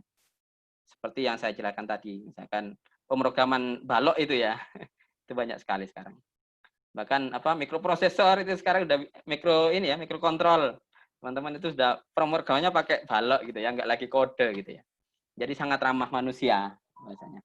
Saya kira itu, Bu. Ya, terima kasih Pak. Berarti sebenarnya kalaupun menggunakan Unity tadi juga sempat disinggung, jangan khawatir Bapak Ibu kalau tidak ada background pemrograman karena tidak dibutuhkan gamifikasi, hanya seperti simulasi saja. Betul. Tadi misalnya dicontohkan jantung berdetak atau menyuntikkan ke pasien, itu cukup dengan Unity, tidak masalah tanpa harus mengerti coding begitu. Betul. Memang ada banyak sekali perangkat sekarang yang sudah disimplifikasi seperti construct ya Pak, saya pernah nyoba itu drag and drop saja, setelah itu di porting bisa jadi jangan khawatir Bapak. Iya, jadi memang pertama kita harus berpikir ya konsep kreatif gitu ya. Jadi itu nggak boleh mati itu, konsep kreativitas itu harus hidup. Perkara teknis itu lambat laun banyak yang akan lebih manusiawi gitu ya. Dan yang tadi yang saya ceritakan tadi ya memang untuk saat ini memang Unity harus coding untuk beberapa konsep yang bersifat games ya. Artinya ada misalkan kalau menyuntik benar hasilnya berapa gitu. Itu harus coding itu saat ini harus coding dulu. Misalkan juga nanti kita pencet apanya ya ada interaksinya itu harus coding dulu. Tapi kalau hanya simulasi, mensimulasikan tadi menyuntik ya kita nggak ngapa-ngapain gitu ya, hanya melihat gitu ya. Kayak tadi misalkan yang wudhu tadi wudhu ya. Jadi kartu kemudian muncul cara wudhu ada 3D orang berwudhu itu tidak butuh coding itu meskipun kita pakai Unity. Karena itu sudah kita buat di 3D Maker-nya tadi, di Blender-nya dan sebagainya, berwudhu kemudian tangan dan sebagainya itu tinggal kita masukkan ke Unity, porting selesai gitu ya. Tambahkan Vuforia itu. Jadi banyak yang simulasi yang tidak perlu kita coding. Tergantung skenario apa yang kita buat gitu ya. Oke, begitu kira-kira. Terima kasih banyak Pak penjelasannya. Jadi jangan khawatir Bapak Ibu, yang terpenting selalu diulang adalah konsepnya dikuatkan terlebih dahulu apa yang mau dibuat, alurnya nanti mau dibuat seperti apa. Coding akan lebih baik kalau juga sambil dipelajari untuk mengenhance lagi modulnya. Tapi kalau masih belum bisa di codingnya, cukup dengan simulasi tanpa coding itu sudah bisa diakomodir dengan Unity. Oke, terima kasih Pak.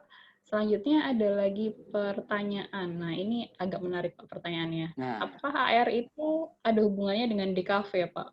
Karena kan kalau mikir, AR itu dia multimedia. Apakah harus yang sifatnya diskomfis saja? Monggo Pak. Kalau objeknya, kalau anunya iya pasti gitu ya. Kita juga mungkin disuruh membuat misalkan simulasi. Saya kemarin juga dapat tugas dari Poltekkes untuk membuat berbagai perangkat kesehatan, pijet bayi, kemudian macam-macam itu ya. Yang detail itu tentu saya butuh orang artis, seorang desainer yang handal. Dan orang DKV itu adalah titik ininya ujung tombaknya gitu ya. Kalau orang engineering seperti kita yang background-nya adalah elektro dan kawannya informatika begitu ya tidak bagus-bagus banget. Jadi memang seperti yang saya katakan tadi, AR itu tumpuannya sebenarnya di asetnya itu, simulasi di asetnya itu, ya juga codingnya ya. Nah, tapi yang paling berperan penuh dalam AR itu ya aset-asetnya yang kita ciptakan di 3D itu. Dan itu biasanya orang DKV lebih jago itu. Ya. Jadi di kafe itu berperan dibuat itunya simulasinya gitu, Bu. Ya. Modelingnya berarti ya Oke. Pak ya, dia juga. Di situ. Apalagi kalau kita lihat sekarang kan berarti opportunity untuk kolaborasi itu sangat besar sekali ya Pak. Betul ya, Jadi, makanya itu harus milik satu prodi saja begitu nggih. iya, makanya teman-teman kampus terutama ITS mungkin ya juga yang sebelah kita itu ya juga konsepnya adalah teknologi and art gitu ya. Karena ini adalah new trends saya kira ya. Menggabungkan antara teknologi dan art ya. Karena untuk urusan teknis dan sebagainya itu lambat laun itu sudah tertangani dengan bahasa-bahasa yang lebih manusiawi saya kira. Kolaborasi yang lagi naik daun hari ini adalah art and teknologi gitu ya. Oke, saya kira itu Bu. Nabi. Ya, terima kasih Pak. Dan dari Pak Ziki serta tim open untuk collaboration juga ya Pak ya? Siapa tahu siap. nanti Oke. Bapak Ibu kan ada dari pertanian, peternakan, pelautan, ingin berkolaborasi, monggo ya Pak ya, open. Semoga ya juga pandemi ini segera berakhir karena ya kalau online ya kayak kemarin agak susah tapi jadi ya. Kayak kita bayangkan kemarin ke guru SMP aja di Lamongan gitu ya, 1 hari setengah jadi mereka gitu ya. Dengan AR yang simple tentunya ya. Tentu kalau ini bisa kita teruskan kerjasamanya atau mungkin besok ada workshop, ya kalau misalkan mau coba online dulu nggak masalah saya kira. Saya dengan tim, dengan teman-teman di lab, mungkin bisa membimbing secara online dulu, nanti ketika sudah aman untuk bertemu darat, ya bisa kita adakan. Saya kira begitu ya. Kontaknya berarti nanti Pak Ziki berkenan nggih kalau kontaknya kami share ke peserta yang lain ya Pak. Siap. Okay. Melalui 2AI juga nggak apa-apa lah, okay. Atau P3M fans ya, biar kita inilah ya. Okay. Selanjutnya ada pertanyaan yang agak teknis Pak terkait marker less base. Jadi itu kan ada yang menggunakan marker, ada yang tidak menggunakan markernya Pak, marker less. Nah itu apakah ada framework yang handal yang disarankan oleh Pak Ziki? Kalau saya masih menggunakan Vuforia itu, baik yang marker atau markerless beberapa hari ini. Tapi itu sebenarnya ya relatif ya, kalau Bapak Ibu lain nyoba lebih enak ya monggo. Tapi yang di Vuforia itu mau marker, mau markerless itu lengkap ya, bahkan objek 3D dan sebagainya. Dan sekarang saya bekerja sama dengan teman-teman di mekatronika itu ya, buat sistem itu juga yang markerless itu ya, markerless dia hanya mendeteksi perangkatnya, kemudian AR itu muncul di atas. Masih mungkin menurut saya, terutama kolaborasinya dengan Unity, Vuforia masih menjadi pilihan pertama bagi saya. Ya kemarin sempat pakai Android Studio, cuman bukan yang yang markerless itu. Oke, kira-kira itu. Iya, terima kasih Pak. Nyambung soal kolaborasi Pak, ini di bawah sudah ada yang langsung menyaut Pak dari SMK Islam Al-Amal. Apakah memungkinkan kolaborasi kurikulum di PENS dengan SMK? Sepertinya sangat memungkinkan ya Pak. Sangat memungkinkan. Kita terus bahkan yang SMK sini, SMK 1 Surabaya dan sebagainya kan terus kita bimbing, terutama untuk kejuaraan tahunan SMK itu apa namanya? LKS ya kalau nggak salah ya? LKS Pak. Iya, kita kan terus bimbing itu untuk animasi dan games. Jadi sangat open. Sangat mungkin. Pak Hisham bisa diskusi lebih lanjut setelah forum ya, di luar forum. Nah, ini untuk pertanyaan yang lain kurang lebih sama sih Pak. Beberapa menanyakan terkait apakah ada aplikasi yang friendly untuk orang awam, karena sepertinya banyak yang berpikir ini harus paham coding dan segala macam, tapi sudah diklarifikasi. Iya, tadi sudah saya jelaskan kan. Jadi cukup dengan Unity, Blender, dan Vuforia. Asalkan sekali lagi laptopnya yang cukup ya Bu ya. Kemarin saya training guru-guru SMP gitu ya, pakai laptop Atom yang RAM-nya 1 GB ya, nggak bisa gitu ya. Jadi memang ya tadi sesuai speknya harus terpenuhi. Berarti minimum biasanya yang paling dibutuhkan itu RAM-nya ya Pak ya untuk RAM sama VGA-nya Mbak. Kan displaynya itu ya. RAM-nya paling enggak 8 memang. 8 VGA-nya itu 1 GB ya masalahnya. Oke, jadi itu mohon diingat Bapak Ibu sekalian yang nanti ingin mencoba mengembangkan, jangan lupa RAM dan grafik card-nya diperkuat terlebih dahulu. Jadi nanti pada saat proses bisa berjalan dengan baik. Ada satu lagi Pak pertanyaan yang menarik. Ini dari Bapak sepertinya, Bapak Tri Afirianto, bagaimana caranya agar AR bisa diterapkan bagi PAUD sehingga anak bisa memperoleh materi yang disampaikan namun tanpa membuat kecanduan HP. Nah, ini memang jadi serba salah ya Pak ya di kondisi sekarang ini. Bagaimana Kita Pak? kemarin sempat mengadakan beberapa kali ya sharing session gitu dengan komunitas PAUD di Surabaya dan juga salah satu pengembang games namanya Eduka Studio dan juga satunya apa itu ya yang memang concern untuk membuat games anak-anak. Nah, kalau AR sebenarnya ini games ya, nyangkut game semua apa AR tadi? Enggak, games ya? Tadi AR saja Pak. Iya, tidak harus games. AR sebenarnya saya ya kayak mungkin yang buat kecanduan kayak Pokemon Go itu ya dulu ya. Kalau mungkin kita terapkan untuk pembelajaran kayak buku-buku tadi, kayak buku sholat dan sebagainya, saya kira apa ya? Ya tidak akan ya kecanduan kan bagus ya. Artinya kecanduan terhadap materi ajar gitu ya. Cuman berarti kan tinggal kontennya aja yang kita harus kreatif gitu ya.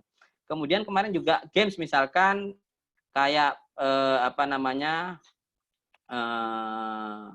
wall games ya. Jadi anak-anak disuruh menghitung kemudian memberikan jawaban dengan melemparkan bola ke dinding. Itu juga saya kira bisa dikonversi semacam bagaimana seorang siswa itu terutama anak-anak kecil ya bisa learning by doing gitu ya, bermain sambil lalu belajar gitu ya. Jadi saya kira itu sangat relatif sekali terhadap konten atau ide dari aplikasi atau AR yang kita cipta, yang kita buat. Kalau ya kontennya memang pada akhirnya game itu memang membuat candu ya pada akhirnya. Tapi kan itu juga tergantung konsep cerita yang kita rangkai di dalam game itu. Ya, bisa jadi kalau kontennya edukatif dan sebagainya ya seperti layaknya kita ya saat ini gitu ya. Dan AR saya kira itu adalah solusi untuk menyatukan antara dunia virtual game seakan-akan ya bermain sesuatu yang ada di depannya begitu kan ya. Dan itu saya kira akan membuat orang tidak akan seakan-akan kabur dari dunia nyata kayak VR gitu ya. Ya kan kalau VR arwahnya seakan-akan ke sana gitu ya. Saya kira itu, Bu. Jadi tergantung kontennya saya kira. Iya, jadi kontennya. Menarik sekali tadi disampaikan kalau yang dibuat kecanduan itu kecanduan terkait belajarnya justru malah menarik ya Pak ya. Tapi kalau misal berupa game maka perlu hati-hati juga dalam mengonsepnya. Mungkin bisa itu juga ya Bapak Ibu sekalian kalau kita lihat anak-anak PAUD tetap ketika mereka belajar harus didampingi oleh orang dewasa supaya bisa membantu untuk mengontrol. Ya, pendampingan dan sebagainya itu kan harus ya. Saya kira. Iya. Ya, nilai-nilainya kalau tidak didampingi ya susah anak PAUD ya. Mau game sebenarnya kalau kita dampingi, kita kasih tahu nilainya apa, misalkan games matematik itu akan jauh lebih kena ya daripada dengan dibiarkan belajar. Oke. Karena kayak tadi disampaikan juga oleh Pak Ziki, interaksi offline tetap tidak bisa digantikan sepenuhnya oleh interaksi. Betul, makanya konsep ke depan mungkin blended yang saya katakan tadi, blended learning. Ya gitu ya. Artinya AR atau XR tadi, XR tadi itu adalah pelengkap, misalkan itu bisa jadi solusi perangkat-perangkat lab misalkan bagi kampus yang tidak kuat membeli yang katakanlah misalkan mesin mesin yang mahal gitu ya. Kalau secara virtual kan bisa di-copy aja gitu ya, copy ke berbagai kelas dan itu bisa kita gunakan meskipun kita offline di situ gitu ya. Cuman mungkin nancap-nancapnya virtual, paling tidak kan sama gitu ya. Gitu. Kalau simulasinya itu disamakan dengan perangkat aslinya. Lebih murah, kemudian resikonya juga lebih kecil. Bayangkan kalau misalkan praktikum listrik gitu ya, yang real ya meledos gitu ya. Tapi kalau virtual, meledosnya bisa virtual saja, nggak kena ke kita gitu ya. Saya kira itu, blended itu adalah masa depan kita, saya kira blended learning. Sekaligus bisa mengurangi resiko tadi ya Pak ya. Jadi resiko dan juga biaya murah tadi. Dengan minimum cost resikonya rendah, tapi harapannya bisa tetap memberikan pembelajaran dengan lebih efektif. Menarik sekali Pak. Ini tadi ada yang sempat raise hand tapi sudah turun. Tadi Bapak Imade Ibnu Fakri, apakah masih ingin mengajukan pertanyaan atau tadi kepencet mungkin? Sudah lower hand sepertinya. Terima kasih waktunya. Oh itu ada. Oke, Pak. Mohon maaf dan mohon izin Pak Ziki. Oke, Mau monggo. tanya, di Unity itu tipe file import dari Fusion ekstraksi itu enggak ada. Harus diapakan gitu? Ini Pak Rifadil kelihatannya ya. Tadi. Nggih. Oh, nggih. Karena Nggih. Gimana? Karena desain saya semua ada di tipe Fusion extraction. Gitu. Nggih. Jadi setahu saya Pak Fadil, untuk import file-file 3D itu Unity mendukung beberapa OBJ, FBX, kemudian 3ds dan sebagainya. Nah, pengalaman kita kemarin karena saya belum pernah mengimport dari Fusions ya, rata-rata kalau tidak 3DX ya Blender gitu ya. Kita rata-rata semuanya kita convert dulu menjadi FBX.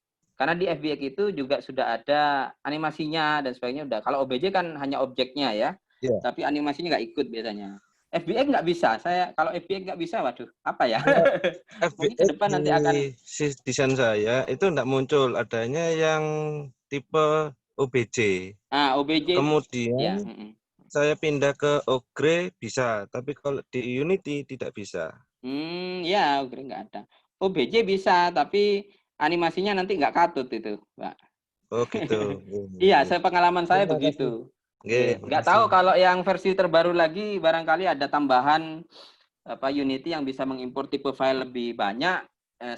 Tahu saya FBX, OBJ, Blender, 3ds itu yang bisa diimport ke Unity. Berarti lebih support dari desain Blender ya Pak, lebih utamanya nggih di Unity. Blender 3ds kan nanti bisa juga ke FBX Pak. Oh gitu. Nggih, kalau bisa. Cuma kan kebanyakan Unity pakai Blender istilahnya kan gitu nggih. Nggih. Terima Dari kasih. Blender, nggih sama-sama. Dari Blender pun biasanya kita ekspor ke FBX agar nggak berantakan. Biasanya kalau langsung diimport ke Unity dari Blender itu sedikit berantakan animasinya. Terutama kalau objeknya banyak gitu dirangkai, itu berantakan pengalaman kita. Oke, monggo Bu. Ya, terima kasih Pak. Apa ada Bapak Ibu peserta yang lain yang ingin mengajukan pertanyaan secara langsung? Monggo, kami persilahkan. Bisa raise hand mungkin.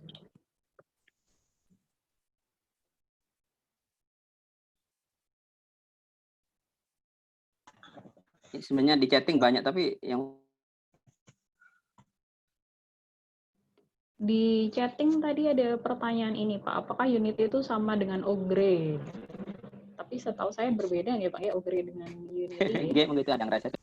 Gimana? Ya. Ada pertanyaan tadi Pak, apakah Unity itu sama dengan Ogre? Sama dengan apa? Fadil. Ogre Pak, Ogre. Udah di mana Bu? Pertanyaannya di mana ini? Oh, pertanyaannya dikirim private sih Pak. Oh gitu. Apakah sama Unity dengan Ogre? Iya, Ogre Pak. Ogre. Open Green. Pak Muhammad Rifadil pernah pakai ya yang Ogre ya? Saya belum pernah. Yang jelas Unity Engine. Monggo. Mungkin bisa sharing sedikit tentang Ogre. Jadi kalau saya menggunakan Ogre itu lebih familiar karena speknya lebih kecil. Cuma kalau Unity itu memang standarnya minimal 8 ya Pak ya? 8 rata-rata yang terbaru itu. Ke Ogre itu saya masih mendesain menggunakan VGA-nya 2 GB, 4 GB masih mampu. Kalau Unity saya dengan spek komputer saya jelas enggak mencukupi. Itu. Cuma yang saya tanyakan di Unity tadi dari Fusion Extraction itu kok enggak masuk ya? Ke itu ya. Aja itu tadi. Oke. Kalau portingnya Ogre bisa ini enggak Pak? Bisa ke berbagai multiplatform juga ya? Bisa, Ogre bisa. Karena itu kan Android dan sebagainya. Oke, terima kasih. Gimana Pak? Cuma butuh program yang banyak, kalau kita orang umum gitu enggak bisa Pak. Oh harus gitu program. Ya. Pemrogramannya apa itu? JavaScript ya? Apa? C. Oh C biasa ya. C#. Oh, sama berarti dengan ini. Ya, mungkin terima kasih Pak Rifadil jawabannya. Jadi itu mungkin Ibu. Saya kurang banyak memakai Ogre ya. Jadi nggak seberapa banyak mungkin ini. Banyak di Unity, Blender dan seterusnya. Oke, monggo. Terima kasih Pak Rifadil dan Pak Ziki. Ini ada yang bertanya, mungkin ke Pak Rifadil, apakah untuk aplikasi Ogre sendiri boleh dituliskan di chat, Pak, nama aplikasinya, sepertinya beberapa Bapak Ibu peserta yang lain tertarik, karena kan tadi spesifikasinya lebih ringan dibandingkan dengan Unity. Monggo Pak Rifadil, dituliskan di chat mungkin, Pak. Terima kasih. SDK-nya Ogre juga mendukung beberapa ya Pak Rifadil ya? Ke Vuforia bisa nggak? Kalau ke Vuforia saya belum coba, Pak. Tapi kalau desain bisa. Cuma ya itu tadi, kalau buat orang awam itu kalau tinggal plug and play itu nggak bisa. Kalau Ogre ada code-nya. Betul, itu aja. Karena itu memang mendevelop. Kalau kecuali kalau yang ini apakah yang game portal apa itu ya, saya lupa itu, game studio itu portal itu kan ada ya. Cuma itu kan plug and play. Iya. Saya cuma saya enggak mendalami Unity. Kemarin saya coba itu enggak bisa dari Fusion Extraction saya. Ke Unity ya. Oke. Ya, itu kurang lebihnya begitu. Memang game engine atau aplikasi yang serba bisa tentu juga lebih besar gitu ya. Kita juga ya begitu. Portingnya juga minimal kan kalau kita buat dari Unity itu kalau nggak salah 40 ya, 40 mega, 35 lah minimal gitu ya. Meskipun programnya kecil. Ya tadi namanya palu gada ya. Dia menyediakan berbagai hal gitu ya dalam satu software itu kan juga konsekuensinya adalah hasilnya juga lebih kapasitasnya sedikit besar daripada yang lain. Oke.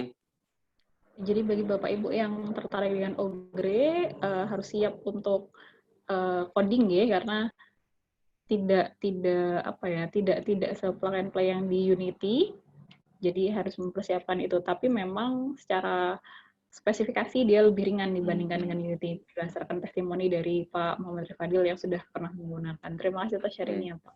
Mungkin bisa diagendakan next agenda AR menggunakan Ogre, misalkan Pak Rifadil berkenan, bisa mungkin ya Bu ya. Nanti kalau bisa aja agendanya Terima kasih Pak. Ini ada pertanyaan lagi Pak, sepertinya ini juga sekaligus bisa men-sum up dari paparan Pak Ziki. Jadi kalau misal diresum Pak, bagi orang yang ingin memulai mengembangkan konten, baik itu menurut ajar ataupun mungkin yang lainnya menggunakan AR, apa saja yang perlu dipersiapkan? Terima kasih Pak. Baik, terima kasih Bapak Ibu. Mungkin sekali lagi mungkin saya perlu sum up dari apa yang saya sampaikan tadi. Sebenarnya AR ini effort terbesarnya ada di skenario 3D-nya gitu ya. Oleh karena itu kemampuan membuat model 3D baik di Blender, 3D Max dan sebagainya dan mensimulasikan di situ itu effort yang harus diusahakan dulu gitu ya. Jadi buat 3D-nya, buat simulasinya itu harus selesai di Blender, di 3D Max dan seterusnya. Nah, ketika kita sudah mengetahui modeling di situ, sebenarnya tidak perlu skenario, misalkan tadi yang saya katakan menyuntik lengan gitu ya, buat alat suntiknya, kemudian lengannya, kemudian mungkin kapasnya dan sebagainya, nggak harus semua. Ada juga beberapa objek yang bisa kita dapatkan di misalkan free3d.com misalnya, atau banyak lah sebenarnya objek-objek 3D itu yang dibagikan secara gratis. Tinggal kita memanipulasi saja di Blender ataupun di 3ds Max ya. Nah, paling tidak kita paham ya sedikit bagaimana memodelkan objek-objek itu di 3D modeler itu, mau Blender ataupun 3ds Max dan sebagainya. Itu yang mungkin sedikit Bapak Ibu perlu belajar ya, meskipun saya mau ngambil nih resource-nya dari beberapa website ya, tetap aja nanti caranya mengkombinasi, caranya membuat skenario di Blender-nya itu butuh belajar gitu ya, butuh belajar tentang 3D modelernya itu. Baru yang di Unity saya kira untuk berbagai AR yang tidak butuh simulasi secara detail atau tidak butuh gamifikasi ya, tidak butuh skor, tidak butuh interaksi pencet-pencet gitu ya. Itu ya ikut alurnya saja. Banyak yang nge-share di website bahkan ya, di blog-blog itu caranya mengkonversi dari Unity menjadi AR ya. Nah, tinggal belajar bagaimana memasukkan Vuforia-nya, bagaimana menambahkan SDK Android-nya, misalkan mau diporting ke Android ya, dan seterusnya. Jadi memang yang butuh belajar banyak di modelernya, kemudian ya sedikit ya setting animasinya di Unity gitu ya, dan meramu tadi itu meramu plugin ya, plugin dari plugin dari Android, plugin dari Vuforia dan sebagainya, tinggal diramu dan di porting. Saya kira itu ya, yang bisa belajar lebih dulu. Mungkin kalau ada kesempatan untuk workshop nanti atau diperbolehkan ya nanti saya share beberapa tutorial simple saja. Tapi kalau mau searching di internet banyak sekali saya kira untuk yang simple AR. Ya, terima kasih banyak Pak Ziki atas summary-nya ya. Jadi sama-sama. Bapak Ibu sekalian, berdasarkan best practice yang sudah pernah diuji coba oleh Pak Ziki dan juga dipraktekkan oleh banyak pengajar dari Kemenkes ya Pak ya, yang barusan itu menggunakan 3 software yang perlu dipersiapkan. Yang pertama adalah Blender untuk 3D modeling-nya. Setelah itu juga ada Unity untuk engine-nya. Lalu Vuforia untuk SDK-nya. Dan jangan khawatir, meskipun Bapak Ibu sekalian mungkin belum banyak pengalaman untuk coding, tidak masalah. Ketika AR-nya ini hanya bentuknya simulasi saja, tidak ada gamifikasi, sudah cukup dengan menggunakan engine yang ada di Unity itu. Lalu kalau boleh saya tambahkan Pak, tadi di awal sempat disampaikan perbedaan antara AR dan VR. Jadi jangan bingung Bapak Ibu sekalian, AR dan VR sama-sama terkait virtual, yang membedakan adalah siapa masuk kemana. Gitu. Kalau VR adalah kita yang masuk ke dalam lingkungan virtualnya, kalau AR itu benda virtualnya, atau kalau tadi meminjam istilahnya Pak Ziki, jinnya tadi yang keluar ke dunia kita. Gitu. Dan ke sini sudah ada extended-nya atau XR tadi, di mana selain kita bisa melihat, kita juga bisa berinteraksi. Dan AR ini sendiri ke depan perkembangannya sangat menjanjikan, karena kalau kita lihat tantangan dalam dunia pendidikan lumayan banyak dalam kondisi daring seperti ini, belum lagi untuk perangkat pembelajaran yang praktikum utamanya yang cukup mahal ketika didatangkan langsung, itu bisa juga diarahkan untuk dalam menggunakan AR ini.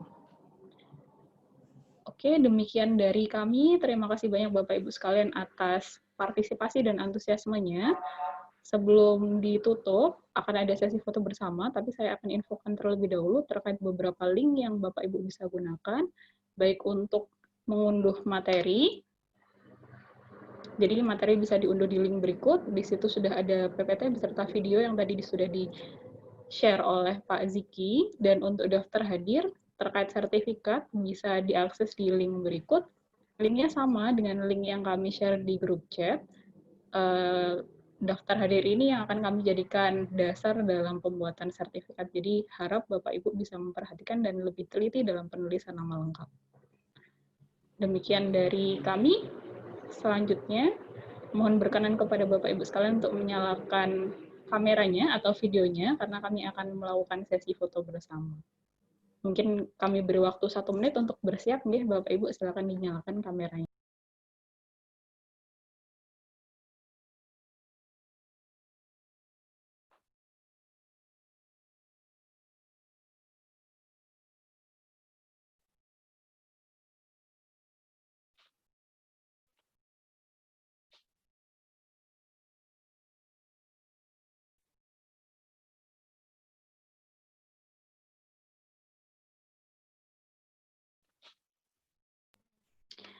Sambil menunggu yang lain menyalakan kamera, tadi sudah ada banyak sekali respon yang menyatakan antusiasmenya untuk ingin mengikuti workshop lanjutan, nggih. Jadi memang karena keterbatasan waktu sepertinya agak kurang memungkinkan kalau waktu pagi ini itu sekalian dengan praktek. Memang butuh diagendakan untuk workshop lanjutan untuk praktek. Terkait hal itu, insya Allah nanti akan ada informasi lebih lanjut dari kami, karena masih kami godok juga terkait waktu dan juga kepesertaan. Insya Allah akan kami infokan ketika sudah ada info yang lebih detail terkait hal tersebut.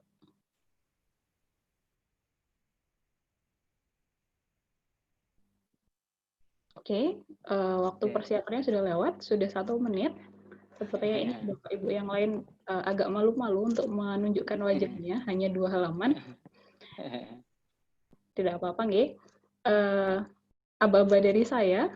Nanti saya hitung 1, 2, dan 3, lalu panitia akan mengambil capture gambarnya. Nggih, monggo bersiap Bapak Ibu sekalian. 1, 2, dan 3. Oke. Oke, selanjutnya masuk ke halaman kedua. Bapak Ibu sekalian mohon bersiap. Ya, saya hitung 1, 2, dan 3. Oke. Terima kasih banyak Bapak Ibu atas partisipasinya dan juga antusiasmenya dalam menanggapi pertanyaan dan juga jawaban dari narasumber. Semoga hari ini yang kami berikan bermanfaat dan bisa langsung dipraktekkan oleh Bapak Ibu sekalian. Jangan lupa tetap jaga kesehatan. Kami akhiri. Wassalamualaikum warahmatullahi wabarakatuh. Waalaikumsalam warahmatullahi wabarakatuh. Terima kasih, Cin pamit. Terima kasih Pak Siki. Sama-sama. Terima kasih Pak Siki. Terima kasih Pak Siki. Sandi. Makasih Pak Siki. Pak Siki. Boleh. Kasih anu. Pak Siki. Adakah yang off anu nih mereka? Tidak kedengaran sih kalau off anu kan. Tetap kedengaran.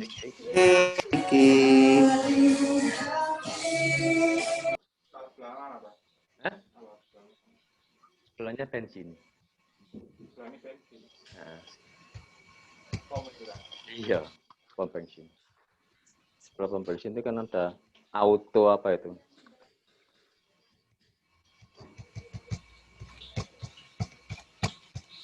Left.